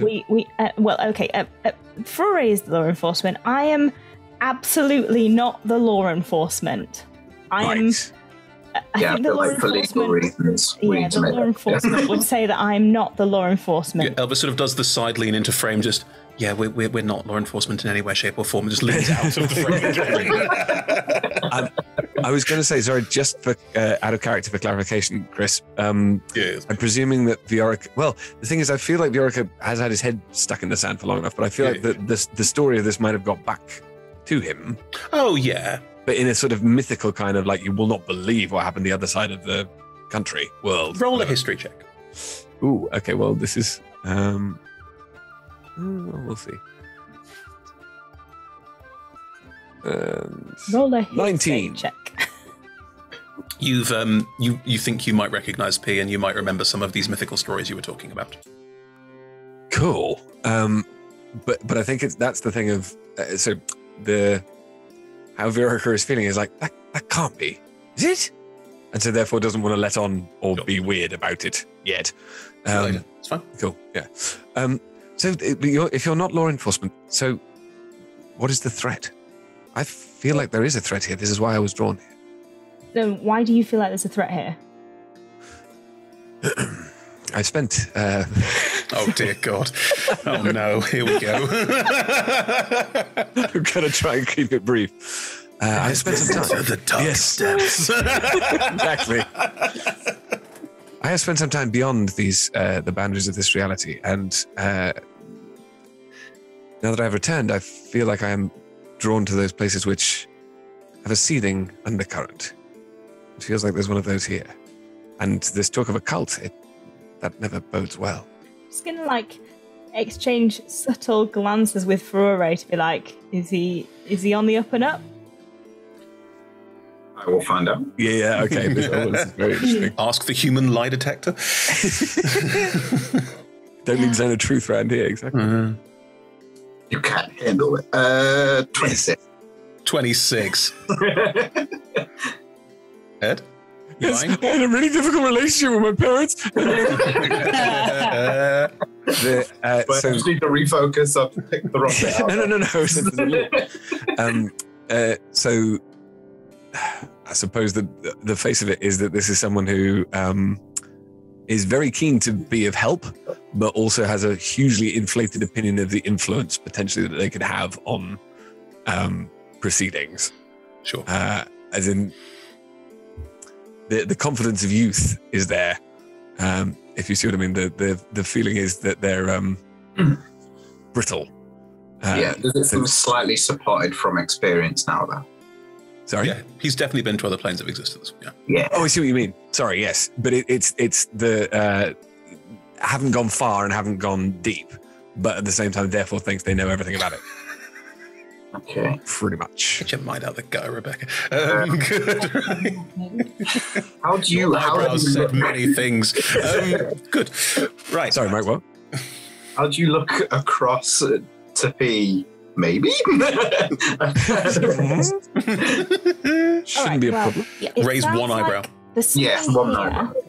Sounds like there's something here that we need to look into, and frankly, I could do with something to look into because how long have I been here, Chris? About 2 months. 2 months have been... I look to check that none of the shepherds can hear me. Can the shepherds hear me?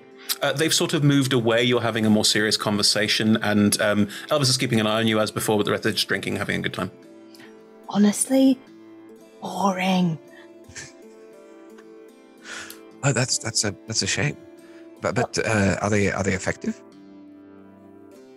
Oh, they're not boring. No, it's been quite fun training them, but it's not quite the same as dealing with world-ending threats. So yes, let's just see if we can get to the bottom of what's happening. Right. And then maybe there'll be enough. Just turn around and see like Elvis, obviously clearly like looking at me. Elvis is just looking at you. And then maybe there'll be enough of an issue that Elvis can step in, and I'll just sit on the sidelines and watch all of you deal with it. Elvis.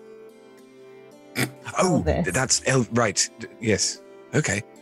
How do we go about? I'm afraid I'm an out of towner, but I'm very keen to aid you in this.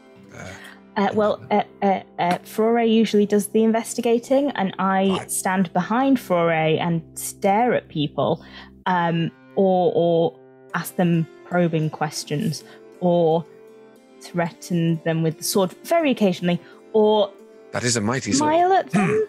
I don't have a sword. And then when inevitably the trouble starts, we switch positions. It's quite the agreement.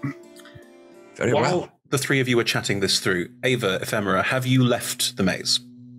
Yes. Are you making your way up the North Furrow? I think on the way out, what I've just said to the lovely friendly Minotaur, did you know you have a portal to the underworld? Devilish dimension just over... Demonic, very important distinction for you. Yes. Dimension sort of over there. Do I? I'll send the children to... Oh, maybe not. I'll go and take a look. How concerning. Send the ugly ones. I'll go and look myself. Thank you for your time. And just plods into the maze. Amazing. Are you both heading up the road? Yes. Cool. Flora, you have an incredible passive perception, so I'm not going to make you roll for this. Heading up the road are a very tall woman who you do not recognize, and someone that you do. What? Standing next to the tall woman is a girl that you remember from your childhood. You're not sure. Older now, definitely, but okay. Someone that you grew up with, you think. You can't really remember her name. I'm going to look back and do that sort of classic thing of, when you grab someone's elbow and pull them in so they can almost like be next to you so you can whisper. It's going to do that with P, and then we're like, do you recognise them over there? Do I? Bjork is going to look as well, though there's no chance. Just going in. All three of our heads just turn. P, you look over. You think you recognise the... is it fair to say younger-looking one? Yeah. You think you recognise the younger-looking one as well, but like in passing. I just got such bad deja vu. It was really weird. Her face is sort of familiar, but I don't know why. Would pulling a history check help? Absolutely. Can I help with that in some way? Because there must have been a point when we were... I'd say so. Why not? Yeah. Advantage? Cool. I was not expecting this. This is amazing. The depths I will sink to. Well, thank you for the help. That's a 17 with advantage. You don't recognize her enough to go, that's so-and-so. What you get is, I know her from somewhere, I don't know where, and she's older than I remember her, but yeah, that's someone I know. Not to a point of like, I must go over and say hi, but as you look at her, I will say that both P and Flore, roll me a con saving throw. Plus 5 for you, Flore, if you're stood next to me. Oh, brilliant. Thank you. Yes, helpful. Mine's a 24. Grand. Woo.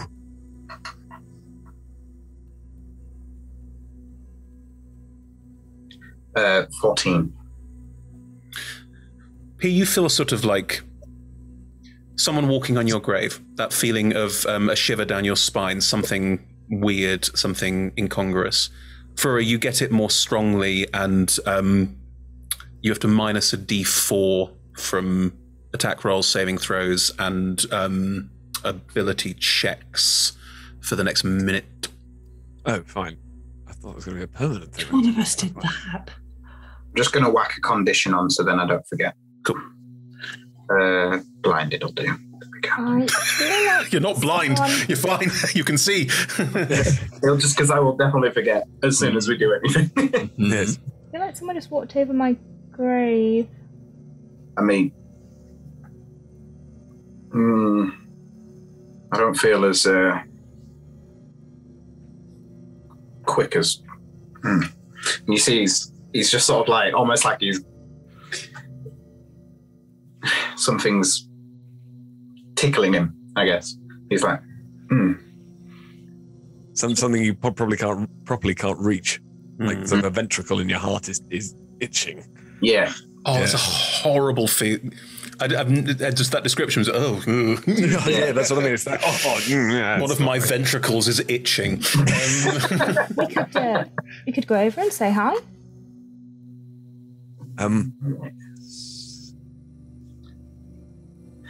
But I want to say no. But through my lesser judgment, maybe, yeah, let's... I don't As know. you're having this conversation... Sorry, Ed, go on, Threaten. Only just I was going to say, at this point, because there's been a slight break in what we're doing, I think Viorica would look back and see Maxine, and if she hasn't left, then it would be, oh, Maxine, please come over. Then realizing to bring them over. Over. Hello. Hello, Emma. I'm so sorry. While the introduction's happening, at the bottom of the North Furrow, i.e. where the gate is, you see that there look to be some people gathering.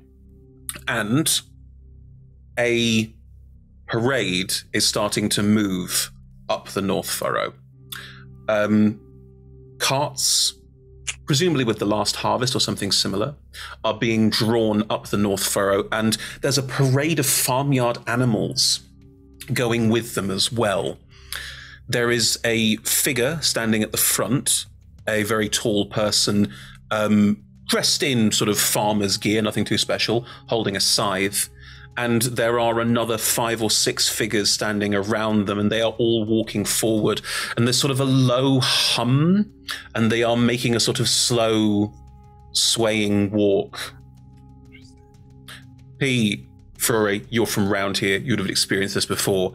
The final parade is a very common part of Highharvestide. This has a slightly eerie tone to it that you're not used to, but it's still very much the same effect. It is the same idea of this. And this is slowly starting to make its way up. And as it does, people are moving to the sides, getting out of the way. And this is the backdrop of what's happening next as this parade starts to slowly make its way forward. Ava, Ephemera, you wouldn't be aware that this was common, but you see people doing it. Do you also move to the side so it can go past? Stop! This is not going to be the... I think I'm kind of looking out to see if I can see if anyone with authority to let them know there might be demons just in their lane. There's a very tall half-orc who looks like they could probably punch a demon to death, and standing next to them is a rather short man who is very obviously wearing a sheriff's badge. Does the last harvest look weird? Is there something odd about it? Roll me a perception check.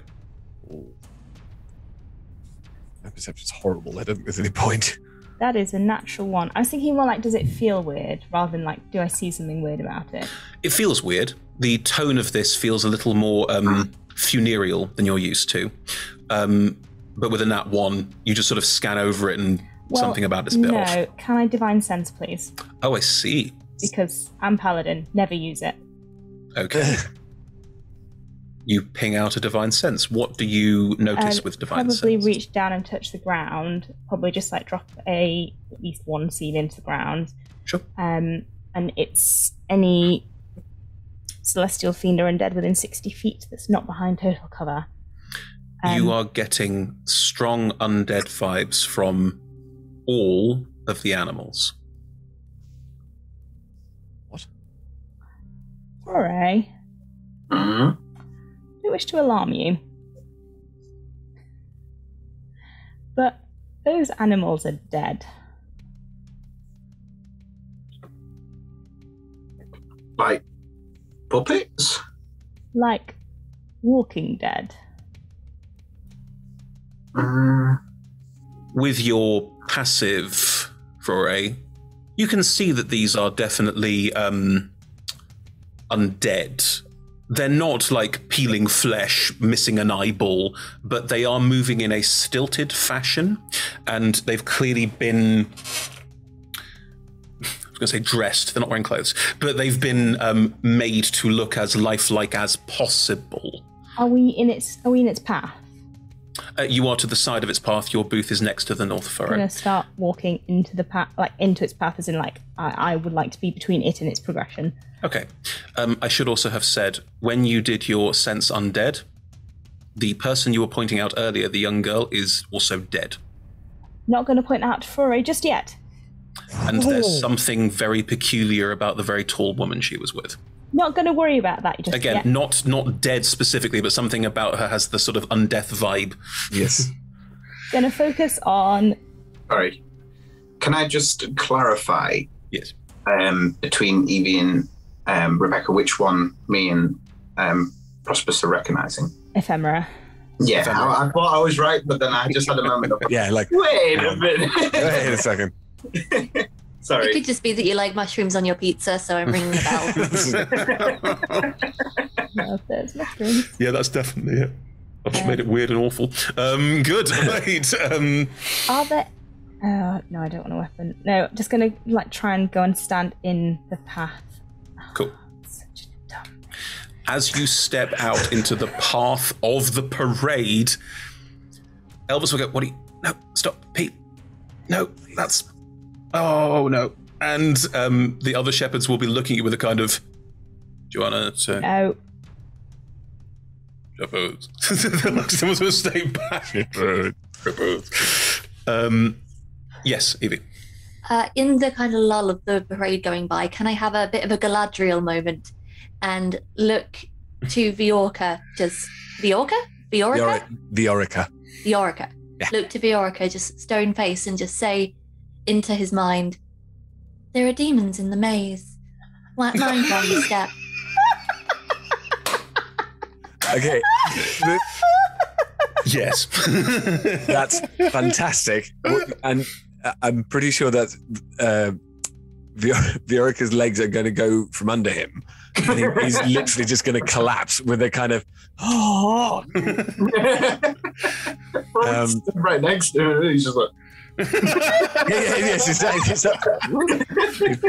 that. Weird things happening at the same time. And I'm just going to whisper to Ava, I think I picked the wrong one. That was... Okay, we should move away. P has stepped out into the path of the parade, and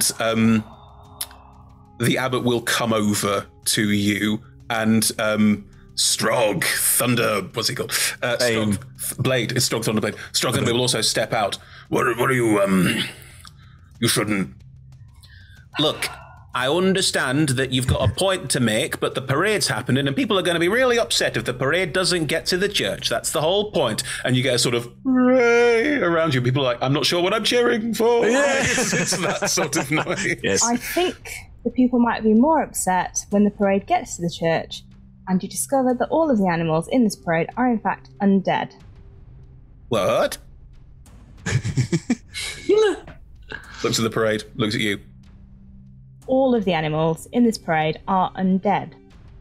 Would you like me to repeat myself? No. Say it a bit quieter next time, please. Nothing to worry about, folks. Just a misunderstanding. At this point, Viorica has got back up and runs over and to the abbot. Abbot, my God, there are demons! Demons everywhere! Demons abound! I definitely picked the wrong one. At which My point, friend has had too much to drink. At which point, the figure standing at the front of this procession will arch their back and scream. Oh, good.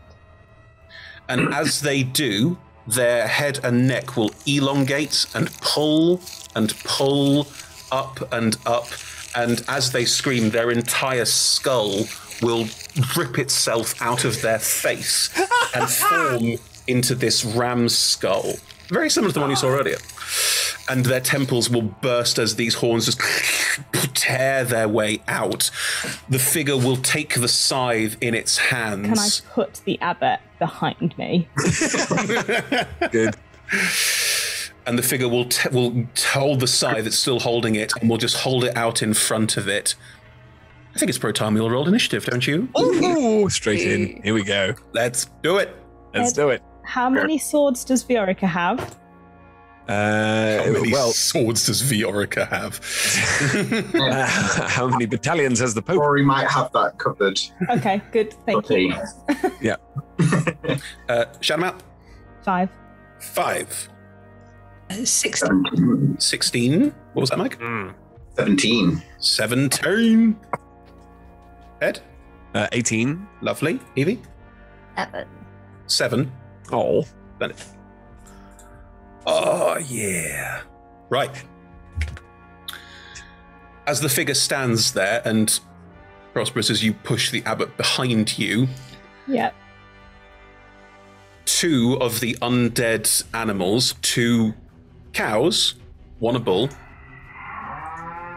will jerkily start moving forward and charge towards the group that's in the center of the road. So that's Viorica, that's Prosperous, that's it for now, and the abbot who's behind you, which is fine. 1 will come herring directly towards you, and I'm going to do it on a random. Ed, highs or lows? Lows. Lows. It's going for you. He'll charge and try and ram directly into Viorica. Yes. What? No! Will a 22 hit you? Yes, unfortunately. Can you roll me a strength saving throw, please? Oh, Lord. That's the worst, but certainly not the best. Ooh, at 19. Describe to me how you hold your feet as you take 18 points of bludgeoning damage and are pushed back by this bull charging and goring you. Technically, you've got a +5 on that as well, so it's 23. Ooh. Yeah, anyone within like 10 feet of P gets ridiculous bonuses, so yes. Awesome. Yeah. How do you hold your feet? When you say hold my feet, do you mean don't as fall in... over, you're not knocked prone. Gotcha. So what I think is going to happen is that the initial impact is going to be into Viorica's hands, which of course get pushed back into his chest, which is where the damage comes from. But then he pushes back up and sort of flips out, if you see what I mean. Pushing back and so is still in the air, but at the same time is not in contact with the bull anymore. That's what I'm going to go for. Cool. Is Viorica within 30 foot of Rory to the side? Yeah, absolutely. Almost like a flash, you see a pistol appear from underneath his coat, and it just takes a quick draw with High Noon. And Rory's gun is called High Noon. I apologise for nothing. No, exactly. Ooh, but that is only a 13 to hit. Hang on. Yeah, it doesn't hit. You shoot, and it is very, very quick, but it cracks almost across one of the horns, and it doesn't even stop. It doesn't notice as you shoot very quickly from the hip.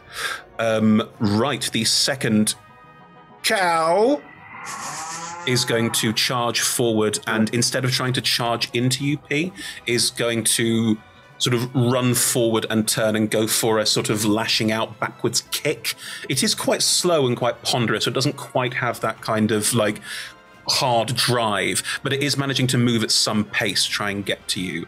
Does a 18 hit you? My AC is 10.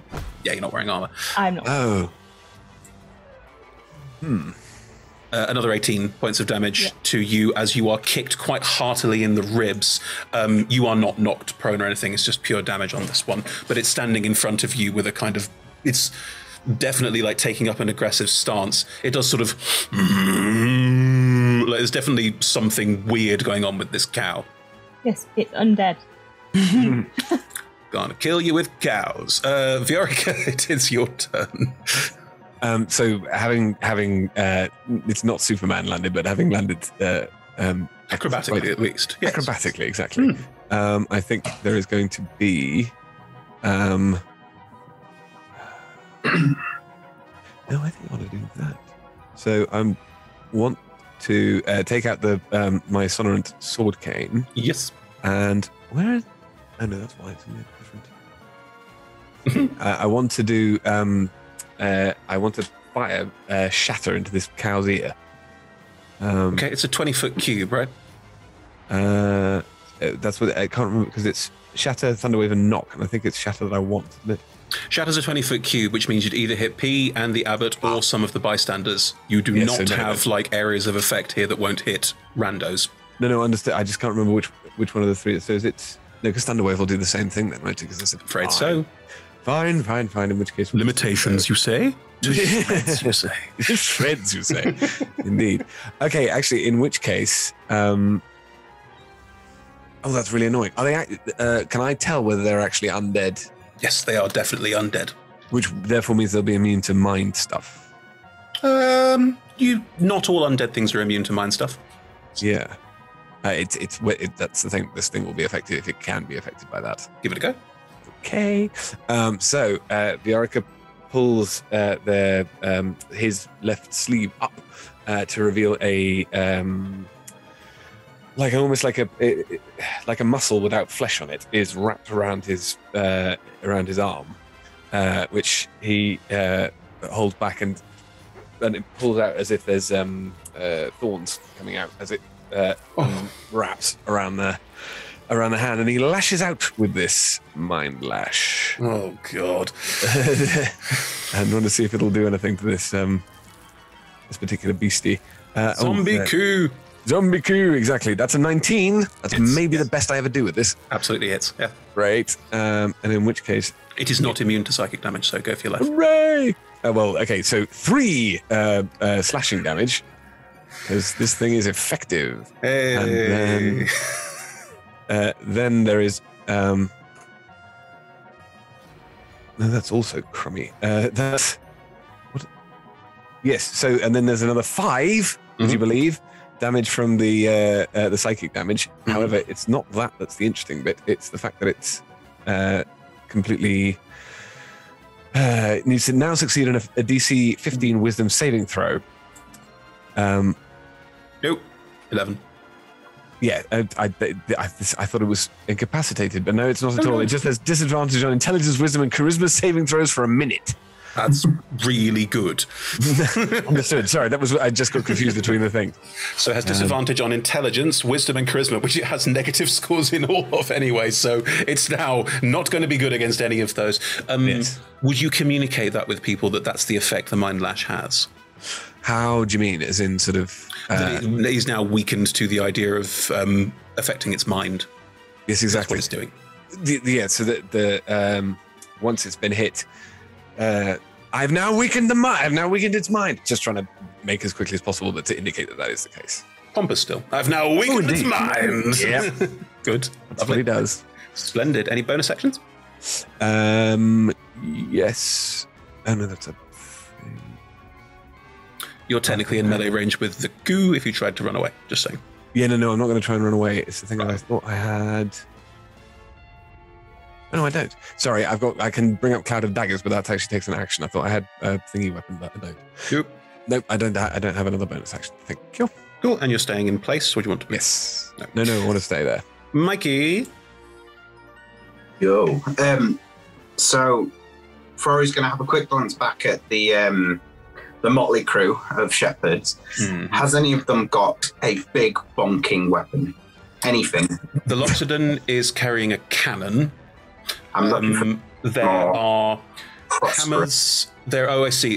Hammers. There's a gigantic maul. There's a great axe. There's also a rake just by the side of the road. Nice. Do a lot of damage with the rake. This might be a bit of do I think I'm going to have trouble nabbing one of the weapons off them and bolting towards Prosperous? Probably not. They all worship Prosperous. Cool. Would you say, I know pulling a weapon out is the free action, but take one, I don't know how you'd want to do that. Do you turn, turn to Capstone's right there, holding a great axe. I just thought it's like, let me get Prosperous into the fight. Beautiful. Immediately. Go on. To say he's small, he's quick, very quick, as he just like bolts, appearing next to Prosperous and just plops this. Was it a great axe? Great axe. Yep. Yeah, and then I will spend a superiority die to do bait and switch with Prosperous, and I will just roll a d8. And you get an extra 2 to your AC. 12. I'll do. Yeah, it could have got you all the way up to 18, but it was worth a try. Absolutely. Yeah. To get. Is bait and switch a bonus action or just part of your movement? I was just double checking that actually. I think it's just part of your movement. I think it's really it's good. just literally, it's included in my movement. Do you just stay next to P for it to keep staying in effect, or have you done it now effectively? Once you've done it, we basically just switch. So Prosperous is now in front of Flory, but because of party movement, I could still move back around to take a shot. If you run away from it now, it will have an attack of opportunity on you. Oh, no, I see. Yeah. Okay, so I will... What do I actually have? Because I have done quite a few things, but I'm not entirely sure what I've used. You've used movement. All you've done so far is use movement to run up and to give P a higher AC by doing a sort of very clever swap movement between the two of you to make sure that everything is off balance trying to hit P for a round. You are now in melee range of the undead cow. Brilliant. So I will then do a quick draw, as ever. Yep. And release a shot. For use of crossbow expert, you have to use the sword first. Yeah. Either way, it doesn't matter because that was a crit fail. So do your worst to me. You try and pull the gun out, and again, it's a quick draw to try and because you're just pulling and reholstering very, very quickly. But as doing so, you fire off way too quickly, and it hits into the ground next to you. And you start and you push. You sort of move yourself. You're now in a less good position than you were.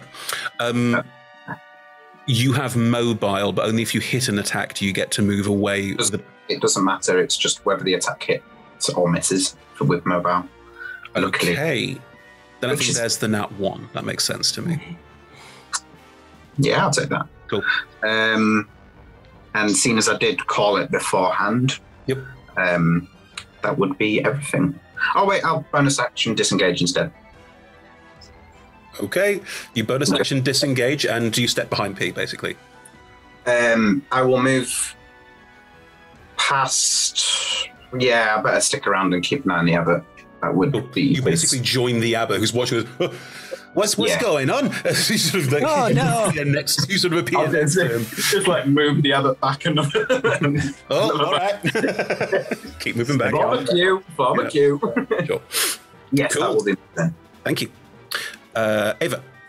Trying to work out which of 2 directions I want to go in. How phased at all does Ramface look?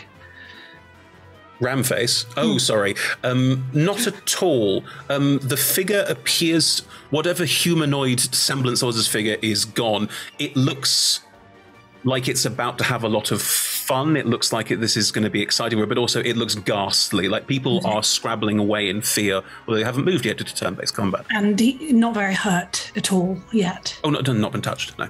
Well, then in that case, I think we'll do a preparatory round where I will first of all cast Hex. Mm-hmm. And then I think I would like to take on my form of dread, please, Chris.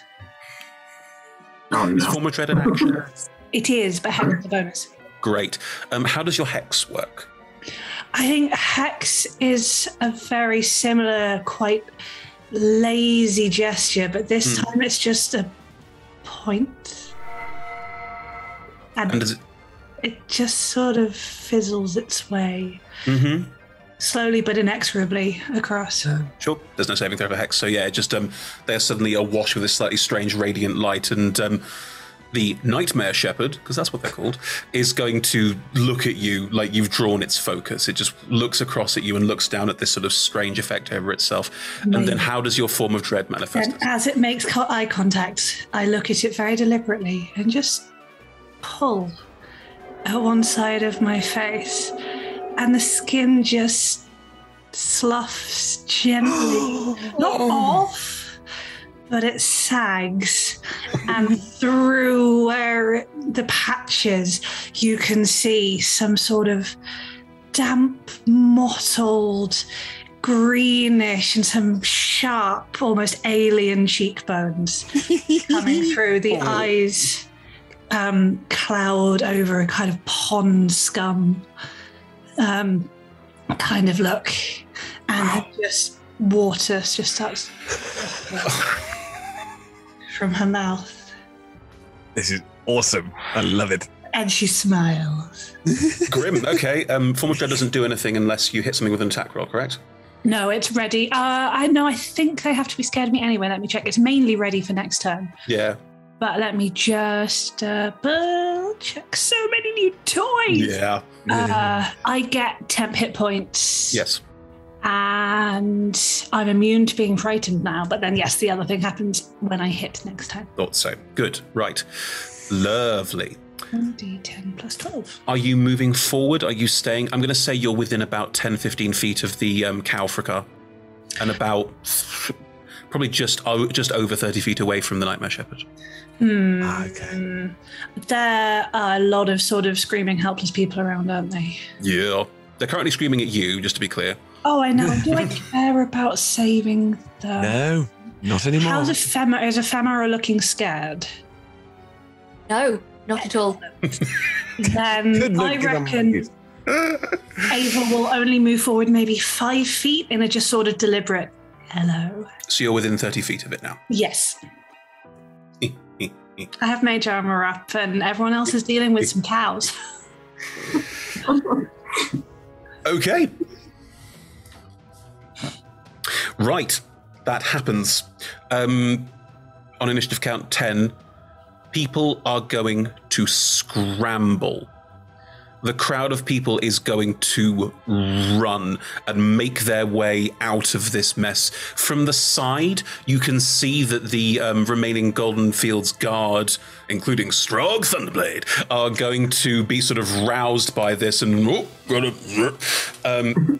actually, Strog came over. Strog is coming over. The group of them are all going to start forming around and sort of looking to defend people and trying to make sure everyone's all right. But they're not moving forward to attack. If anything, you can see a bit of fear in their eyes, especially now that Ava's done that. So they're not taking active roles in defending. Look like they're kind of making sure that people are getting away. And people are, at this point, getting away. There's no one's within 5 feet to be like in a serious threat at this point.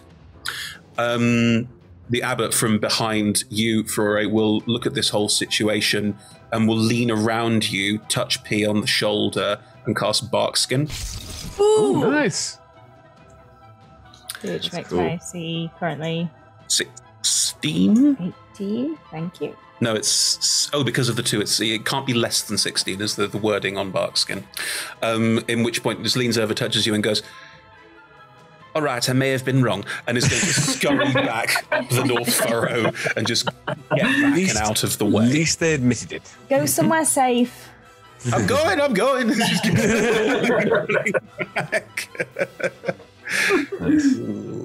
Is Elvis still here? Are the shepherds still here, or did they go? Elvis and the shepherds are currently standing, not quite sure what to do. Elvis and the Shepherds is a great band name. Absolutely, and they've left the building, I presume. Leave. Elvis will look and go, I've got to observe you. Oh, no. Help people get to safety. All right. Elvis will run and help people. The other shepherds will also go, but Poliver, who's holding this big cannon, will just go, oh, and just move forward and just start like setting this cannonade up. It takes a turn to set up, so nothing happens yet. But Good. Yeah. Right. Awesome. Come back to that. Ephemera. Cool. How far away are various things from where I currently am? Ava's about 5 feet ahead of you because Ava stepped forward. About 10, 15 feet to your right, Ferore, Prosperous, the cows, Viorica, all of that.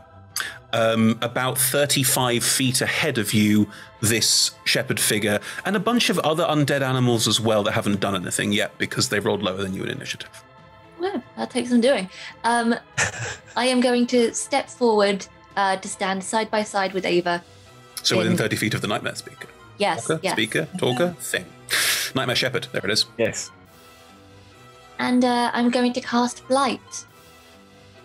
With, Go big or go home. That's awesome. yeah, I'm casting it on Skelly Boy. Skelly boy. Okay, go for it. What's the saving throw? It is a con saving throw of DC 17. I have rolled a non-natural 20. Ah, well, it takes half damage. Quarter. What? Oh, no. It'll still be plenty. Looks pretty necrotic. Yeah. God damn it. Misjudged that. all Okay, good. so that's like 2d8? It's gone down from 8 down to 2. Roll all the 8 and then divide it down, sure. Or is that an effect? Mathematically, it's pretty much the same. You've got fine. less of a bell curve. Yes. It's up to you. You can roll 2d8 or you can roll all of them and quarter them. It's up to you. I feel lucky. I'm going to roll all of them. Okay. Okay. It's actually not the way round. Never mind. I can't maths. I scraped a C at GCSE. The more dice that you roll, the more the average will be higher. Is the idea. Whereas if you roll 2, they could be high or low, so the bell curve is different. That's all. Yeah. No, I see. That is very true. And other boring maths things. Yes, which are necessary for this game. Not necessarily. I didn't have to work out what the surface area of that pool of lava was. Ed, go on. Okay, that was 33 flat. So Wow. Quarters you round down in D&D, so that would therefore be... no, that's hard maths. 33 Isn't it is 8? 17. No, is 16 is 8. Yeah, 8. 8. Probably pretty average. Good, right. 8 damage. It does. but I look cool when I do it. What does your light look like? Is it Yeah, I mushrooming? was going to say. Yeah. It's kind of mushroomy. So you know that fungus that grows and it's kind of like hair or like stuffing inside of cushions. Yeah. I just kind of do that with my arms and it just kind of engulfs them from the feet up. Ooh. Nice. As it goes. Lovely, thank you. You do, and it does. Movement bonus actions? I don't think I actually have any bonus actions I can do. It always comes to the moment and then I'm like, how do I navigate different pages? Yeah. Level 12 characters, you've got a lot of different things to look through. It does make sense that you're going, but I can do all these things, but now I have no actions. Yes, this is not the... Yeah. I can't do any, but I am just going to turn to Ava and say, you've never looked better. You look amazing.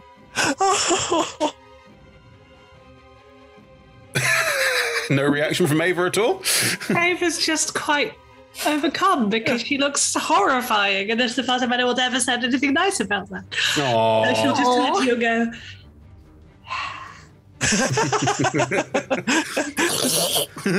Yeah, exactly. Good. So lovely when you Feel should smile. You should smile more. A tooth falls out. P. Yes. Prosperous. How far away is the skull person? 55 feet. How far away is my sword? My actual sword. Your actual sword. Yes, my actual sword. Do I Interesting. know? I Do don't have a think you sense? know. Okay. I can't reach the skull person. You cannot unless you want to get attack opportunity from the goo.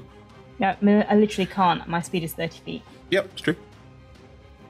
Technically, D&D rules as writ, you could get within range of it because you'd have 5 feet of attack space if you wanted to run into range with it. Yeah, I'm just going to run over the cow. Probably jump over the cow because I'm stronger now and I'm just going to vault the cow. Vault the cow. I'm going to vault the cow. That's a very bucolic thing, vaulting cows. Make me an athletics check. It's not an action. I just want to see how well you vault the cow. Awesome. Oh, but I could roll really bad. Correct. That is all part of the joy. Or I could roll 26. You... I mean, the cow jumped over the moon. You jumped over the cow. Yeah, You vault the cow. It will try and lash out at you as you go. Excuse me. I mean, it's going to be hard because I'm on its back. It will use its horns. Mm-hmm. Ooh.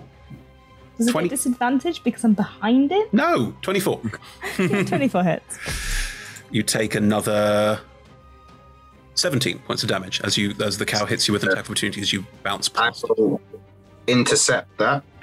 Nice. Oh, that's a good... How are you intercepting it? What's the visual? I will have most likely pulled my sword by this point, and Sure.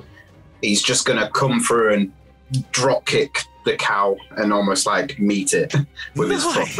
That's awesome. Awesome. Okay, yeah. Just like use the sword, almost pushing the cow to the right, almost to let Prosperous carry on running. That's great.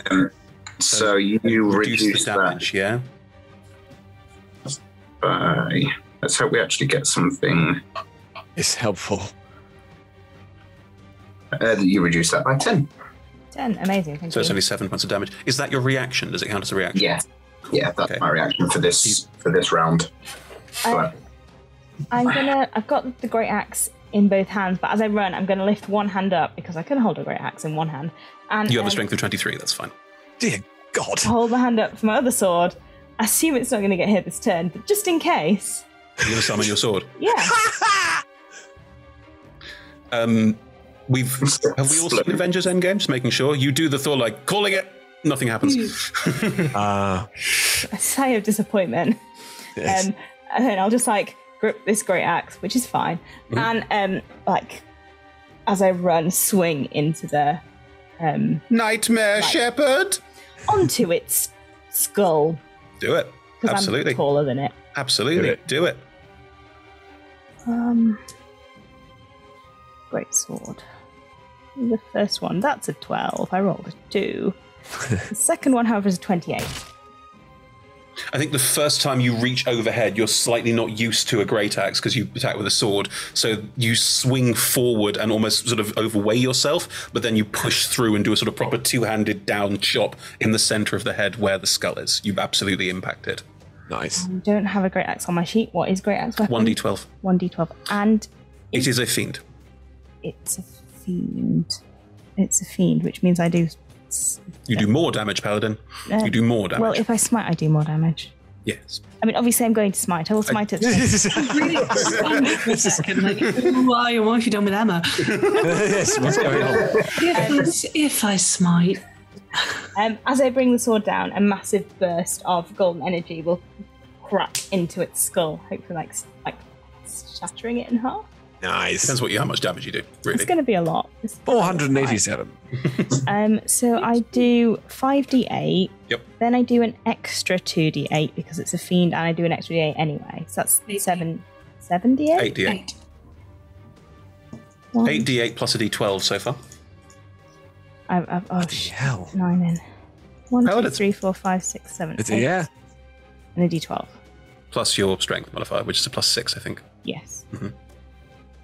That's 41 points of damage. Nice. You don't crack the skull and like split it. It No, but jams. that's a little like... Yeah, you definitely crack into it, and the skulls have lines on them where they overlapped and grew, and one of those splits slightly as it sort of gets pushed back, definitely hurting it. I'm then... how many spell slots do I want to use in one turn? Yeah. Up to you. I'm gonna cast... It's a fiend. It's a fiend. It is indeed a fiend. It's a fiend. Does it seem wise? I mean, I can't tell you that. It's a fiend. It looks like a person with a skull Over a head. Not over that their impressive. head. I'm going to put this way. Its stats are all pretty good. Yeah. I will not cast Sanctuary on myself. I'll just stand there. Cool. Is that the end of your turn?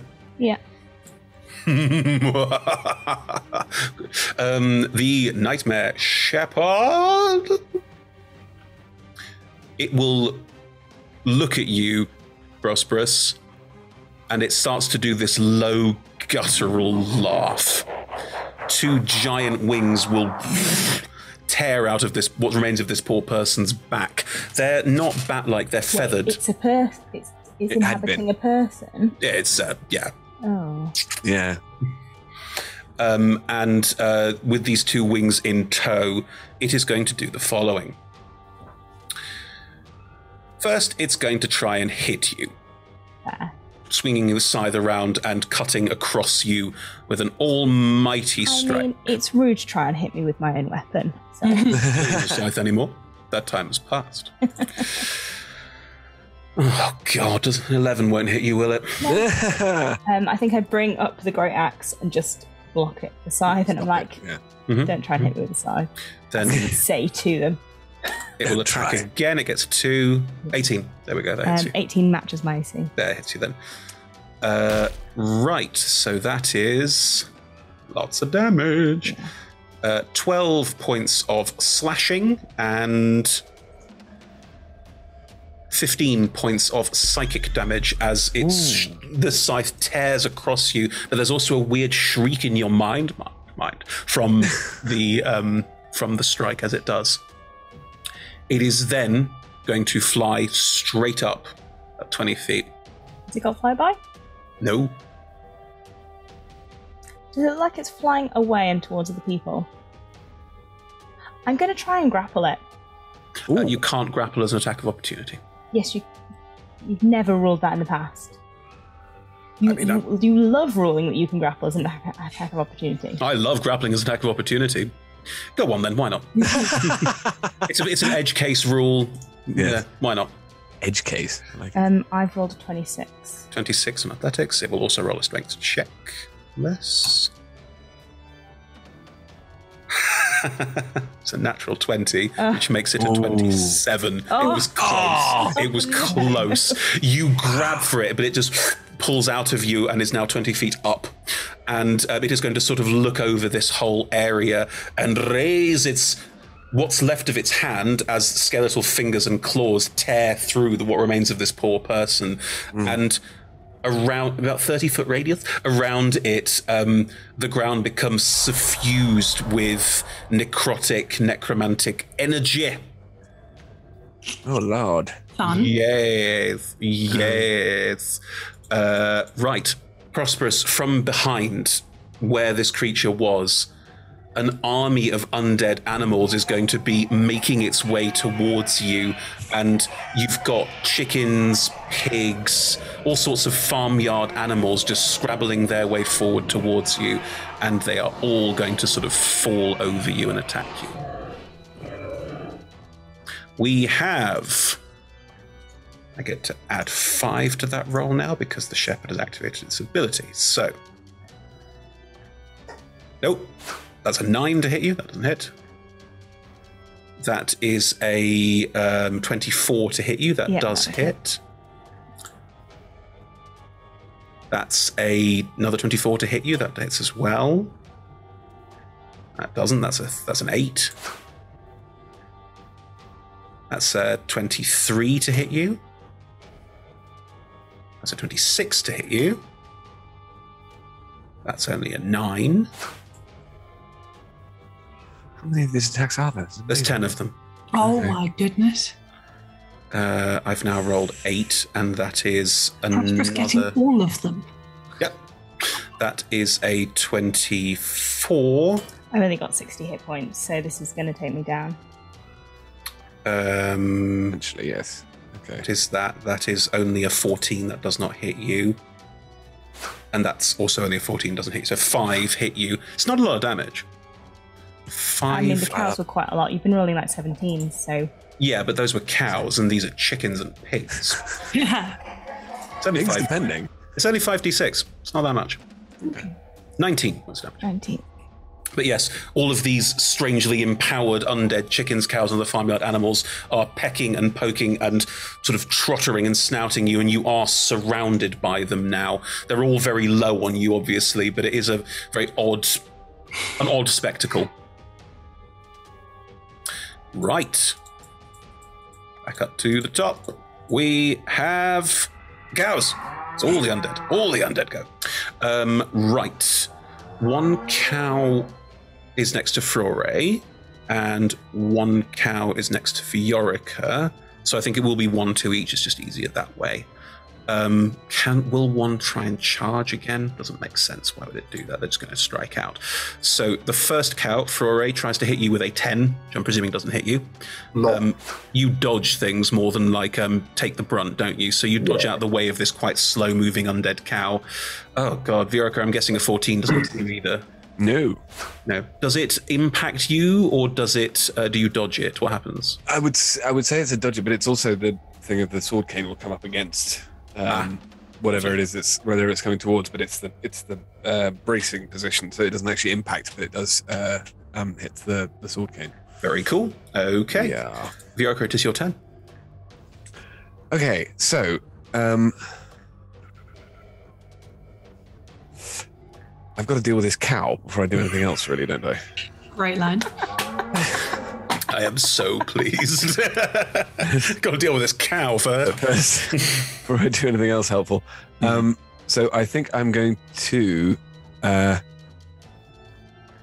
no, I can't do both at the same time, can I?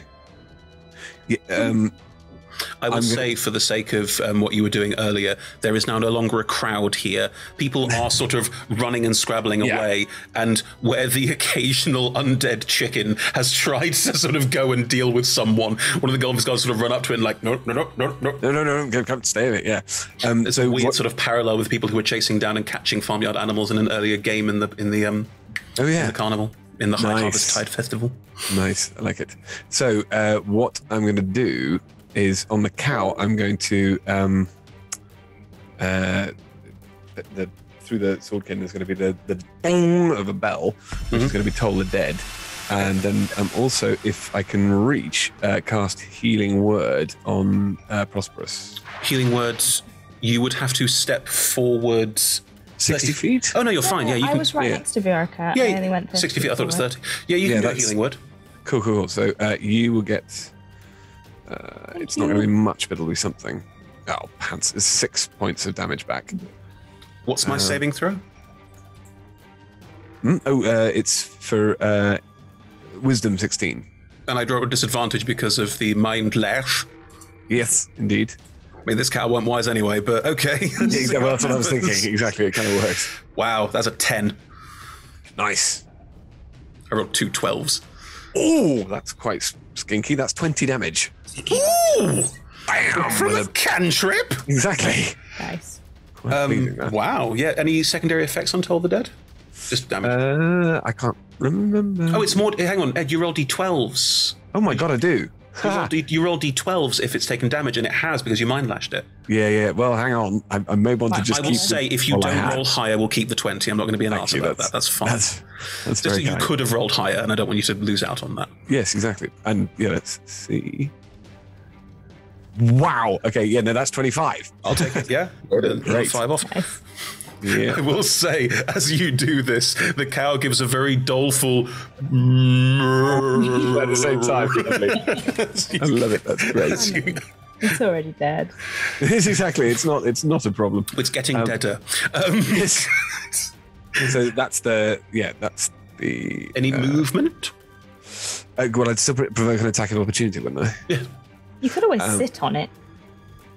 When it's dead, perchance, I'll make it into a nice armchair. But no, for the moment, I think this leather is very, very... Like, the more you've attacked these cows and the more that they've moved, they've been painted to look alive. No. They have had sort of like what I would describe as like putty or like elements like put in place to cover up where there are issues. As you started like hitting them with spells, their like rotting carcass is becoming more exposed. Really? Yeah, exactly. It's a very dead cow. Cool. Wow. Okay. Mike, it's your turn. Right. So. Sorry for. Yes. In fact, let's bonus action insightful fighting this On cow. Cow. Because I'm assuming if I can incite that cow, it would carry over to the other cow next door as well. Is this the thing? I mean, is one cow? I mean, they're both undead cows. They're not the most. They're all individual snowflakes. I will say that you currently get sneak attack anyway because Viorka is within 5 feet. Totally. Oh, brilliant. Okay, yeah, so those cows come in a pair. Brilliant. Okay, so I will just go straight in for the attack for now then. I said to myself, what would be the funnest way to break down a Harvest Festival? Undead livestock. Here we go. This is brilliant. Love it. It's pretty solid. Oh, also, as Flory sort of spins the pistol in his hand and holsters it, pulls out a short sword, and on his ring, he spins the ring to a flame, twisting it. Nice. Very nice. And you see the sword engulf into... Oh, that's so cool. That is really cool. And is going to go straight in for just a clean stab, hoping for now. That Self-cauterizing wound. I can't hit anything with this -4. So 12. I'm afraid not. You struck out with a sword, and I think you do stab into the cow, but you do no damage to it. It doesn't even notice that you've done it. Just. I should have used my bonus action to get advantage. You've got a bonus action. You can, because of Crossbow Expert, now pull your gun and fire it as a bonus action. Because Crossbow. I'll go for that. Crossbow Expert for me also works with pistols, because otherwise, what is the point? Yes. That's 23 -4, so 19. Yeah, that hits a cow.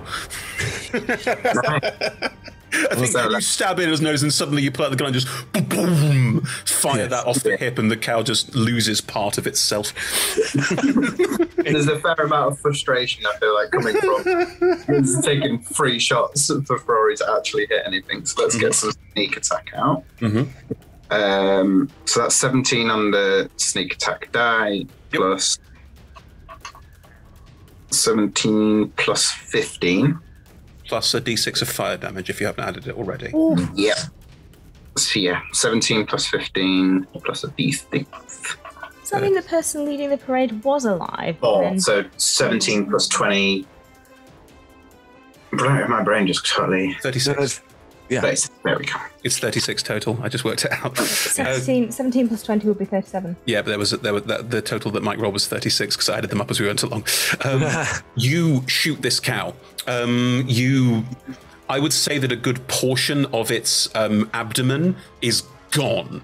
It doesn't seem to slow it down that much, but you sort of like blast it out, and the bullet is also. You can see that the gun also has this flame effect over it because the ring affects all of your attacks, and It smells like badly cooked burgers. Bad burgers. Bad burgers. Sadly, as that was my turn, Prosperous, you lose your SC from the start. For it, you have the mobile feat and you have attacked, and you can move away from the cow if you want to without attack opportunity. Yeah. Yeah, good call. I don't think this cow has an attack of opportunity at the moment because I think it used it to try and hit Prosperous. No, it's had its turn. It has its attack. It has its reaction back. The cow has its reaction back, everyone. What I will do before, because I can spend them. I need to move 5 foot, and then I'll move 5 foot towards the Orica. Okay. Bait and switch. Yeah, fine. Spend that. Get a DA out. The Orica gets an extra AC, free to your AC. Nice. For the next. 3? Awesome. And then I will. Back up. That's fine. You can do all of those things. That works within the rules. I'm fine with that. Yeah. How long does that last? Sorry. Yeah. Do say if because I've got so many things going on. Do say if I'm cheating. Yeah. I'm pretty sure we're all good. I'm pretty sure that no rules lawyer is going to harangue us. We're doing it. He's not yet. Good. And then I will use. I've got 40, so that would have been 5, 10. So I have 30 left. Do you run 30 feet away? Do you properly scarper back, or do you sort of? I'll go 20, so I'm not totally leaving Vriorica to the 2 zombie cows. It's fine. I've got it. It's fine. Right, I've buffed you up a little bit, so hopefully that's perfect. Yeah, no, thank you. That's really useful. Oh, did you say? Are you now 25 feet away from me? Because that would be really useful. I would be. So I had to move 5 to make sure I could bait and switch. Yes. So I'd have moved 25 away. It would be better for Vriorica if you were 25 feet away. You could sort of get off and push it further away. Yeah, exactly. Keep going. No problem. Yeah, exactly. I will let you do some area of effect stuff. I'll get out of the way. That's what I'm imagining. Because if we can do that would Ava, you are in the range of this strange necrotic effect that you just stepped into. At the start of your turn, you take 5 points of psychic damage. Psychic, not necrotic, but you said necrotic. I know. Chris, I am immune to necrotic damage. Just what it says here. Necrotic. That's what it says here. It's called an aura of nightmares. I don't make this up. That's fine. I have temporary hit points. And what were you saying? Is it no saving throw? No saving throw. Wow. That's all right. I would like to do quite a lot of damage, please. Let's do it. Please do. Are you now? You have the 2 cows. You have 10 different pigs, turkeys, chickens, livestock around P, and you've got the Nightmare Shepherd. I want to hit Ramface. Hit Ramface. Go for it. Face the nasty. Ramface the nasty. I have some rather wonderful bracers, so I would like to send 6 Eldritch Blasts towards Nice. them, please. 6. I'm agonizing because I have that. You can also use all of your various different Eldritch Blast upgrades to move it around like a pinball if you wanted to. Yep. Okay. So, 1 is a plus 11 to hit, so 1 is 27. Hits. 1 is 24. Hits. 1 is 26. Hits. 1 is 23. Hits. 1 is 20, dirty 20. Hits. And 1 is only 18. Just hits. Good Cool. lord. All 6 hit. So that is 60, 10 plus 30. And then my hex means that it's every time I hit it, so it's 66 as Correct. well. Yes. And then I need to make a charisma save to see if it's scared of me. Because of your form of Wisdom dread. save. Wisdom save for the form of dread. That's fine. You also have the ability with your Eldritch Blast to move it. Because your Eldritch Blast, you have various effects that come onto it, don't you? You've got other. It's an agonizing blast, which is what makes it quite so tanky. And then. Do you also have the ones that push it further away or pull it further forward? Yes, I can pull it towards me 10 feet. I have the grasp of Hadar, so I can That's pull it. it towards me 10 feet closer to me with every hit. I'm not sure I want it right on top of me. What I would say is if you pull it forward, it's still in the air. Can I pull it down? You can't pull it down, but because you're down, if you pull it forward, towards you. it will, Yeah, if yeah, you yeah. pull it forward, say, I'm going to say if you pull it forward 20 feet, I know that's not quite right, then it's in range for P to hit it. It's about 20, it's about, you'd have to go to it, which would mean a lot of attacks opportunity from chickens, but if you wanted to, you could. No, it won't. Okay. It's in melee range. You've done it to put it into melee range, which is quite wise. It also moves the aura, which means it's now affecting Viorica. But I'll pull them down. You said we said 60, 10 plus 66 plus 30, right? hold that thought for a second, Rebecca. I want to run a couple things past you. First of all, you are currently in your form of dread. That means that once per turn, when you hit with an attack roll and deal damage, you can replace the damage with necrotic damage. While in your form of dread, this trait deals 1 additional damage die of necrotic damage. So Right. you could add more necrotic, but you don't know how it's affected by necrotic damage, though. It could be resistant. I'm not going to tell But you. I could do 12d10 of necrotic damage. No, it's once per turn. So you'd be doing 7d10, but some of that force damage would be necrotic, and it might have resistances to necrotic. You don't know. Yeah, it does look quite necrotic-y, and I don't think that's metagaming because it's all full of... That's why we're talking about it. Yes. Yeah. I'll stick with the 60-10. I think you'd be, lacquering the black Can lily. you separate out the 60-10 and the 66, please? Yes, because one is necrotic, and I'm assuming it has resistance at least to the necrotic. The 60-10 was 46 plus 30, so that's 76 total. And then the 66 was 25, so that's 101. Oh, that's but 76 force, and then 100, and then 25 necrotic, please. Oh my God. I was quite excited about the thing that we got a 30. We now just had 100 damage done in one go. With all of a whole turn taken for build-up, just to be clear. Wisdom save should not be frightened. 19. That's the least of its worries at the moment. That's a 2. Cool. I mean, that's fair. I'm dead, it matters not. And you just unleash. How do your Eldritch Blasts unleash? What do you do to fire off your Eldritch Blasts? Because you're unleashing a veritable barrage of them. Yeah. The Eldritch Blast is less laconic than the others. I think he peels a bit of her skin and flicks it and flicks it and flicks it and flicks it. That's amazing. Oh, grim. Okay. Wow. It's going to hurt me. So happy. It just sort of like it's surprised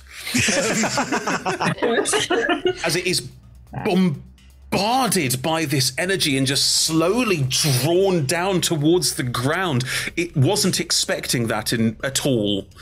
There's a lot for it to deal with at the moment. You can't. It is a skull. It can't have expressions, but the body language is certainly confused. Ava was quite offended that she did her form of dread for the first time in a long time, and it still chose to attack Prosperous. So clearly, she needs to bring her A game. Prosperous was there. Good. Right. Wow. All of the villagers are now screaming, running, shouting. The festival's not going so well. Ephemera. God, how do I follow that? Really, don't try. I think do something else completely. Don't forget there's a horde of undead chickens. I'm just saying. Exactly. We want some of them wings. Undead chickens. You have seen the cool thing I can do. That is. Yeah. I bore witness. Yes. Yep. I use my action to bear witness. Everybody, can we just? Oh no, you're all running away and screaming. Oh well. Oh my God! That didn't make it better. I'm going to cast Cloud Kill on the swarm of chickens. Cloud Kill. He's in the middle of the swarm of chickens. I'm right in the middle. Oh, of them. right. Sorry, I didn't. They will all be gone next turn. Do not worry about the undead thing. Okay, I would like to sit on the ground and just look at the carnage around me and just have a lovely time. The Nightmare Shepherd is not dead. Like it is still. That one won't be gone. But all the undead chickens. And there are cows, still they'll 2 be gone. cows that are The cows savaging will be gone as well. the Orica. Sorry, I'm losing track of all of the undead. There's a lot of undead here. Get used to that. We can deal with it. Yeah. Yeah. Okay, so I guess I'll go for a cow? Sure. Yeah. Okay. And how far away are the cows? From you, about 15 feet. About 15 feet. Okay. I am going to not waste another spell slot, just in case they're immune to this as well, and step within 10 feet and do some poison spray. Oh, nice. And it's all sort of poison, mushroomy mist. Oh yeah, basically what it is I take one of the mushrooms going from my hat and I just kind of poke it so the spores come out and blow it in that direction. Oh, lovely. Very nice. Oh, that's really nice. So it needs to make a con save. It doesn't. Undead are immune to poison. I'm gone. I'm not playing anymore. Evie, come back. I'm sorry. You will be effective, just not now. It's okay. After we've killed Ramface, we'll just go after the DM. It's all Okay, I'll get behind that. I'm sorry. Dangerous. I can't help that. Anyway, you do, and nothing happens. But now you've learned something really valuable and really important. Everyone gains, you know. To be fair, I have no knowledge of my prior life. Why would I know this? No, there's no reason. Yeah, easy mistake to make. To be fair, Prosperous. I'm just gonna look at the sky, just in case. Up there in the sky, is it a bird? Is it a plane?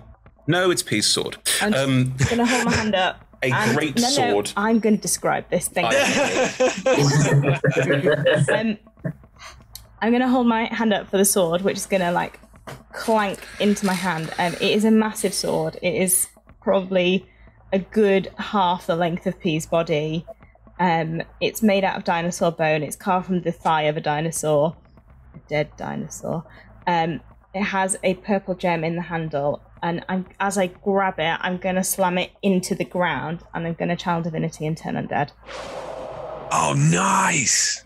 I don't just turn undead, I turn fiends as well. Nice. Effective. That's really... Everything within 30 feet of me needs to make a wisdom saving throw. Oh, Kelly Dockley. What's the DC? 17. As I slam the sword into the ground, again, it's a golden, like, sort of tidal wave, washes out within that radius. I'm sorry, it was a wisdom save, right? Yes. I'm going to kind of, like, kneel with the sword. The Nightmare Shepherd is unaffected. Yeah, I wasn't expecting them to be. I'm going to make a couple of rolls for the chickens. What was the DC again? 17. Okay. Okay. Okay. Okay. As you do this, all of the undead livestock just start like scampering and running, and they are going to disappear into the fields. Nice. Technically, they don't move until their turn, but if you want them to go now, they can. They're going. They're done. They're done. Just noping out. Just you get sort of as they all go, and undead pigs as they all go, and they are all running away into the fields. No longer part of this combat because they're going to run for a very long time. But the Nightmare Shepherd is unaffected. The cows need to roll as well. Sorry, they're within 30 feet of you. They're within range. I'd say so. Why not? Now, one does so with disadvantage.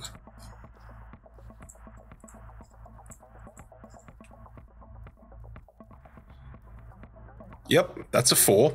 The other one... Well, that's a 3. Both of them and are going to start trying to move, we'll say on their turn, because there are people in combat with them and it's going to change the... Am I currently in the necrotic aura? Oh, yes, you are. You take psychic damage. Hang on. Actually, Evie, you should have done as well. My bad. I'll roll that now. Oops. Actually, no, you stepped out of... No, it moved. It got closer. Yeah, we got pulled. How big is the necrotic aura? 30 feet. How far away from me is it? About 20 feet. Can I see the necrotic aura? Yes, you can. Does it look like it's going to move anymore? It moves with it. Does the creature, look like it's going to move anymore? It's not. It's just turned right after you, and it's just been pulled quite close to Ephemera, and it looks upset about this. Because that hurt. Not Ephemera, sorry, but Ava, but it's upset about all of it. None of you are great. 11 to Ephemera, and P at the top of your turn, you take another 3 points of damage. That's a terrible roll. Okay, I don't look amazing at the moment, but how like strong do Ava and Ephemera look? Fine. No, not in terms of like how many hit points do they have. How wibbly do they look? Oh, I see. Okay. Oh, wibbly. You could blow Ava over with just like a... Right, okay. And Ephemera? Oh, wibbly. Like, are you like... Are you strong? If something hits you, are you going to... Oh, no. A strong breeze could blow Ephemera over. Oh, right, okay. We're made for each other. I love this. Two very delicate individuals. Despite knowing that it's like I'm not on my best form, I'm going to run round the other side and stand in front of it again. I will cast Sanctuary on myself. I have so many hit points. Yeah. Doesn't matter. P's a paladin. This is what happens. The Nightmare Shepherd is shooketh. It is going to... Oh, I've got my sword this time. So I stand in front of it with my sword. Yeah. It is... Did any sign of my armor? No, it's not attached to your sword or anything. Your sword comes Like flying a over, which is a keychain. bundle Yes. with the Yeah, armor exactly. attached to it, dragging it across the ground. No. The shepherd will look at all of you and say... This is far from over. And in the 30-foot aura, twisted forms will be pulled out of the earth and will start to rise amongst... Okay. I'm just going to leave it at that for a second. And it is going to beat its wings, try and fly away again. Can I roll to grapple it again? Do you want to roll to grapple it or roll to annihilate it? Does it look real bad? It looked real bad. I have my sword in my hand. I feel good. I'm gonna roll to hit it. Do it, absolutely. Nice. I feel like Can I do that as well? I want to.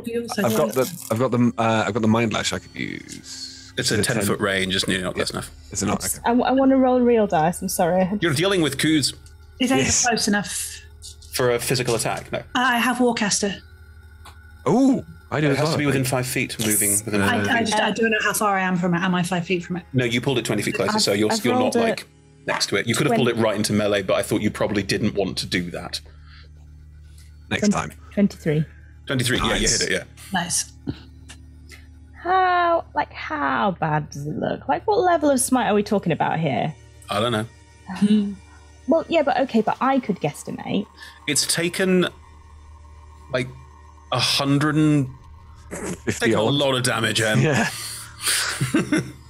That doesn't help me. It's not looking well. It's not looking well at all. You don't need to go the full ball. Smite at all? No, you need to smite. Okay. Oh, are we going to rest after this? Yes. Probably yes, not. No, you can't. No, because there are more undead now. I'm going to smite at second level. Yes. Right. With this sword, I get Yeah, I know. 2d6 plus 7 plus. Oh dear lord. Oh, I'm sorry. I should have said the sword is really pleased to see you because it has an emotive psychic link with you. And as you touch it, you do get that sort of puppy dog like, yay, yay, P's here, Prosperous is here, yay, yay. And if it could lick your face, it would. I'm very pleased to see it as well, but it's not the appropriate time. Yeah. Puppy sword. The gem is a puppy. You put a puppy in a gem. The Netherese put a puppy in a gem. Blame them. And I thought I was dark. All right, 6. 1, 2. Right, okay, here we go. Oh, I get to roll both my d6s again. Hang on. Great weapon master. Adds it on. Not too bad. 33 adds 40 points of damage. How do you want to annihilate it? Yes! I just want to go straight in through the middle of the face. Through the middle of the face. I'm my background. I can't hold this sword in one hand, but maybe I can now because I'm stronger. You are stronger. You can. I'm gonna do it. Yeah, you can one-hand it now. I'm gonna like pull the sword back in one hand and almost like javelin heft it straight through the skull forward. Nice.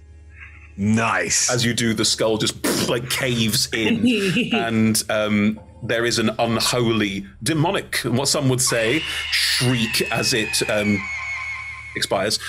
When demons die on the material plane, they don't die; they just go back to the abyss. So there is a shriek, and it sort of like it sort of coalesces into liquid. It sort of horribly, fetidly drips to the ground and just. And it is destroyed. And the body of the farmer you saw earlier just hits the ground with an almighty splop. Shit. You are, as you do this, P, there are still these undead coming out of the ground around you, like hands clawing their way out of the ground, creatures lifting themselves up from the soil. All 5 of you are... You count like 5 bodies pulling themselves out, but there could be more as you look around. And as they start to pull themselves out all around you, that's where we'll have to pick up next time. Oh, man. What a great start. Yeah, that was awesome. 100 points of damage in one turn. The zombie cows run. Fair enough. Zombie cows, pigs, and chickens just around Goldenfields now forever. We can't get rid of them. Like rats. Just keep... You'll have to do a separate show where we play as the shepherds, and the whole show will just be us going after the zombie pigs. They won't naturally die, but also they can't reproduce. So actually, fair. They Yeah. mutate. Ooh. Sorry. And that's the plot of the thing, isn't it? I mean, anyway, thank you so much. Mutate. I just got it. Thank you very much for joining us, everyone. Oh dear God. Yes, that was the first episode of the Reaping of Goldenfields. More of the same to come next week. Will the heroes make their way through Goldenfields? We don't know what's happening yet, but I can't do the sort of plot recap thing. But yes, there are your heroes, and there is your story. Thank you so much for joining us. We're playing every Monday from 6 p.m. Greenwich Meridian time for the next, 5 weeks now. And that's 10 a.m. Pacific time, so good morning, and thank you for joining us for Horror in the Morning. Horror in the morning. Just what you need with your breakfast cereal. If you fancy more horror in the morning, tomorrow on Tuesdays, we are currently running The Lonely House of Neverwinter, which lovely Sean Smith is DMing. That's more cosmic horror and grim in a very different way. I play in that, and But yes, join us on Tuesdays again, 6 p.m. GMT, 10 a.m. Pacific, and on Fridays we have our lovely chat show Talk Together, where we talk to each other about D&D, TTRPGs, and what it's like doing what we do, and it's lovely, and we all have a lovely time doing it. Normally, yes, do we? I don't want to talk for other people, but I do. Yes, I do. I have a very nice time. There we go. Lovely. Thank you. All of our shows are streamed at twitch.tv/AllTogetherRPG. You can find all of our content archived at youtube.com/AllTogetherRPG. And if you want podcast versions, they are available. Just search for AllTogetherRPG on your favorite podcast provider, and we should be there. Massive thank you to all of our sponsors and supporters. That's Hero Forge, Elderwood Academy, Ultra Pro, supporters D&D Beyond, our Champions of Forgotten Realms, Warriors of Waterdeep and Level Up Dice, and our lovely D20 Club on our Patreon. Thank you so much. You can join them. There's a link in chat. Join them. Join us. To this show, join us. It's quite good. Crab people. That's Crab people? Okay. Sorry. It's a South Park reference. My apologies. I don't watch South Park. Fair enough. You can find us on the socials. We are Altogether RPG on most of the socials. Come and say hello, say hi, give us a wave, like Yes. the things, the social things. Thank you, everyone. Hope you had a good time. See you next week. Bye. Bye.